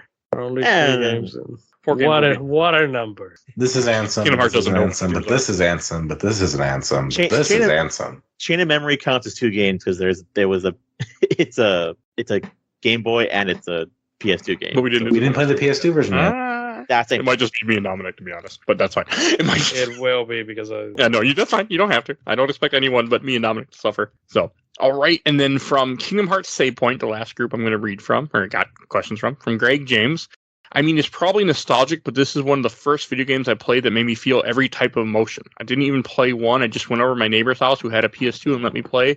I was hooked, and even as a new player, I fell in love with Roxas' story, and the rest is history. Been a fan since. From Jeffrey Jenkins, truly a masterpiece. From the music to the gameplay to the emotion, retailability, and characters, my all-time favorite game. Nice. And from Antonio Duclaw, I remember seeing commercials for both Kingdom Hearts 1 and Kingdom Hearts 2 and Disney Channel's Secret Lab where kid goes, ask computer about Kingdom Hearts 1. Okay. And from Taylor Wiley, this game is a core childhood memory for me. I literally don't remember a time before I knew it. It's like it's always been there. When I think of the good childhood days, this is it. That's cool. You must be younger too, so that is cool. And here's a long one, but it came out when I was 11. I was 18, graduated high school, and was moved in with my girlfriend at the time into an apartment and had a really shitty room because literally I was 15. Well, no, since I'm gonna be. I wanted to. We ended up living in like a 2-bedroom apartment with her family, but we had the living room, and we took part of the living room and like put a curtain up, and that was our room. It was very weird. That's why I beat this game. So that's why it comes up. Yeah. Not one of the best times of my life, and I had a job that I really didn't like and had a 2-hour bus ride to get to work every day. That didn't work. That didn't last long. So, all right. And then from Jessica Reyes, my very first Kingdom Hearts game was Kingdom Hearts 2 on the PS2. I had so much fun as well. As I first watched my older brother play it, and I liked to watch him play video games a lot. I always thought this was boring. Don't know why, but one day I got bored enough to try it, and I immediately changed my mind. I loved it. I ruined his save profile, unfortunately, but I didn't know I was 12. Yeah. So that happens. And she goes on to say a lot more, but I don't want to. I need to wrap this up. But no, I mean, I'm glad this game, has made a difference to people and it's been something that they really like. From Joey Ball, play the final version. So many good additions, but I couldn't play it on my Steam Deck, sir. So it wasn't possible. I mean, I could have, but I didn't want to spend $50. So, and from Tomias Kulahek, I finished it a week ago, and my reaction to this game was like, wow, how many things they can do with such a hardware like PS2. Yeah. That's fair. Yes, very much. And from David Tamao, I played it when I was in college. I replayed it at least 10 times my freshman year. One Saturday morning, I woke up and decided I was going to restart it and play all the way through in one sitting. I started in the morning and played all until the nighttime. It was a fun and a great day. Don't regret doing it. And last one I'm going to read, Jake Reese. Sanctuary is my favorite Kingdom Hearts opening. Okay. Take that, Joe. Nah. That's also why I read that. I know. I just knew. So... Now, shall we get to Shelf Stacker Box? Yes. And Dominic, why don't you go first? Oh, I mean, in terms of PS2 games, this will be on the shelf because this is one of the best PS2 games I've ever played. And as someone who, as a kid, dropped Kingdom Hearts 1 to play Xenosaga Episode 1 and fell in love with that series, had I played Kingdom Hearts 2 instead, I think I would have fallen in love with Kingdom Hearts back then. I wish I could say I fell in love with Xenosaga. I bought it day one and regret it for now. It was fantastic. God, we need to talk about it. We will. It's on my list of things to get to. So. It's a complicated saga to go through. And Joe. Shelf. Okay. I mean, Nothing else. All right. what else can I say that we haven't said during this game? No, I know. Music's great, characters are great, game moments, dual wielding keyblades. Goddamn, love this I game. kind of do want to replay the PS2 version specifically. It holds up. Like the PS2 version felt great, and like I said, I played this without save states. I played it legit, and it felt great. It didn't beat me down. It didn't make me feel. Yeah, it's awesome. Like the PS2 version is fine. And playing on a Steam Deck mobile was just. As someone who's played every console version of Wolfenstein: The New Order, I can probably do it. Kingdom Hearts Vanilla. And I'll go next. I'm going to put this on the shelf, too. I came into this game with, I didn't really have great expectations. I mean, I did have some because Emanuel is one of, his favorite game of all time, and people love it. But I was like, okay, let's see what I think. And as a guy with, no memory of this game, I loved it. I had a great fucking time. It's one of the... Memories got erased. Yeah, they did. Well, actually, 2006 was also a really bad time for me around that time. Yes. But I was only in that apartment for 3 months, and then we had to move out. And then I had to move back to Milwaukee. Then my girlfriend got pregnant and left, and then moved back to Minnesota. Then I followed her, and yeah. So my memory is there's nothing from that time, apparently, for the most part. Like, I didn't remember this game at all. Good God, that all sounded more complicated and more convoluted than the whole series. Yeah, trying. I mean, hey, I got history. God damn. Yeah, it's... This game is also, this game is tied to me in that moment of time, unfortunately. Because I only played it in that little 3-month chapter of my life where I was living in Minnesota for the first time, living with my girlfriend, working at a job, it was a 2-hour bus ride, and I played this in a week or so because I had to return it back to a guy. And it's just refraining that little chapter of my life where everything was going to hell, kind of. So yeah, but it's going on the shelf to get to the point. Emanuel, what about you? I hate this game. This game's getting thrown into trash now. I already have it on the shelf, so, Okay. And this game will always be on the shelf for you, I feel. Yeah. This is your favorite game of all time, right? It's my favorite game of all time. So. Okay. Mike, I need you to Scooby-Doo to this and just make it to where Emanuel is like, Coolville sucks. Just cut it off. I mean, I'd cut that out and send it to Emanuel if you like. If I send it to you. Yeah, cut. I need you to edit it. We're cut off. Versus this game sucks. Throw in the trash. And goes, well, that's everything, folks. All right, I should introduce what we're going to be talking about next week. Next week, you can hear me talk about Red Dead Redemption while getting drunk, I'm sure. So another nice. How's that going, by the way? Really good. Going pretty good. I need to put a lot of time into it tomorrow. Hopefully, beat it. But I'm only in Mexico, so I'm near the end of Mexico, but I'm still in Mexico. I stuck out a while ago. Yeah, I mean you're halfway. Yeah, I'm near the end of Mexico. So I got done working for the dictator, and I'm doing the other part. But yeah, I'm getting close. Mm-hmm. I should be almost done Mexico. Hopefully, if I have time, I'm going to play it today. But I doubt I have time because my wife is off, and that usually means we do stuff and sit around in the basement playing Red Dead Redemption. Will not be on the list, unfortunately.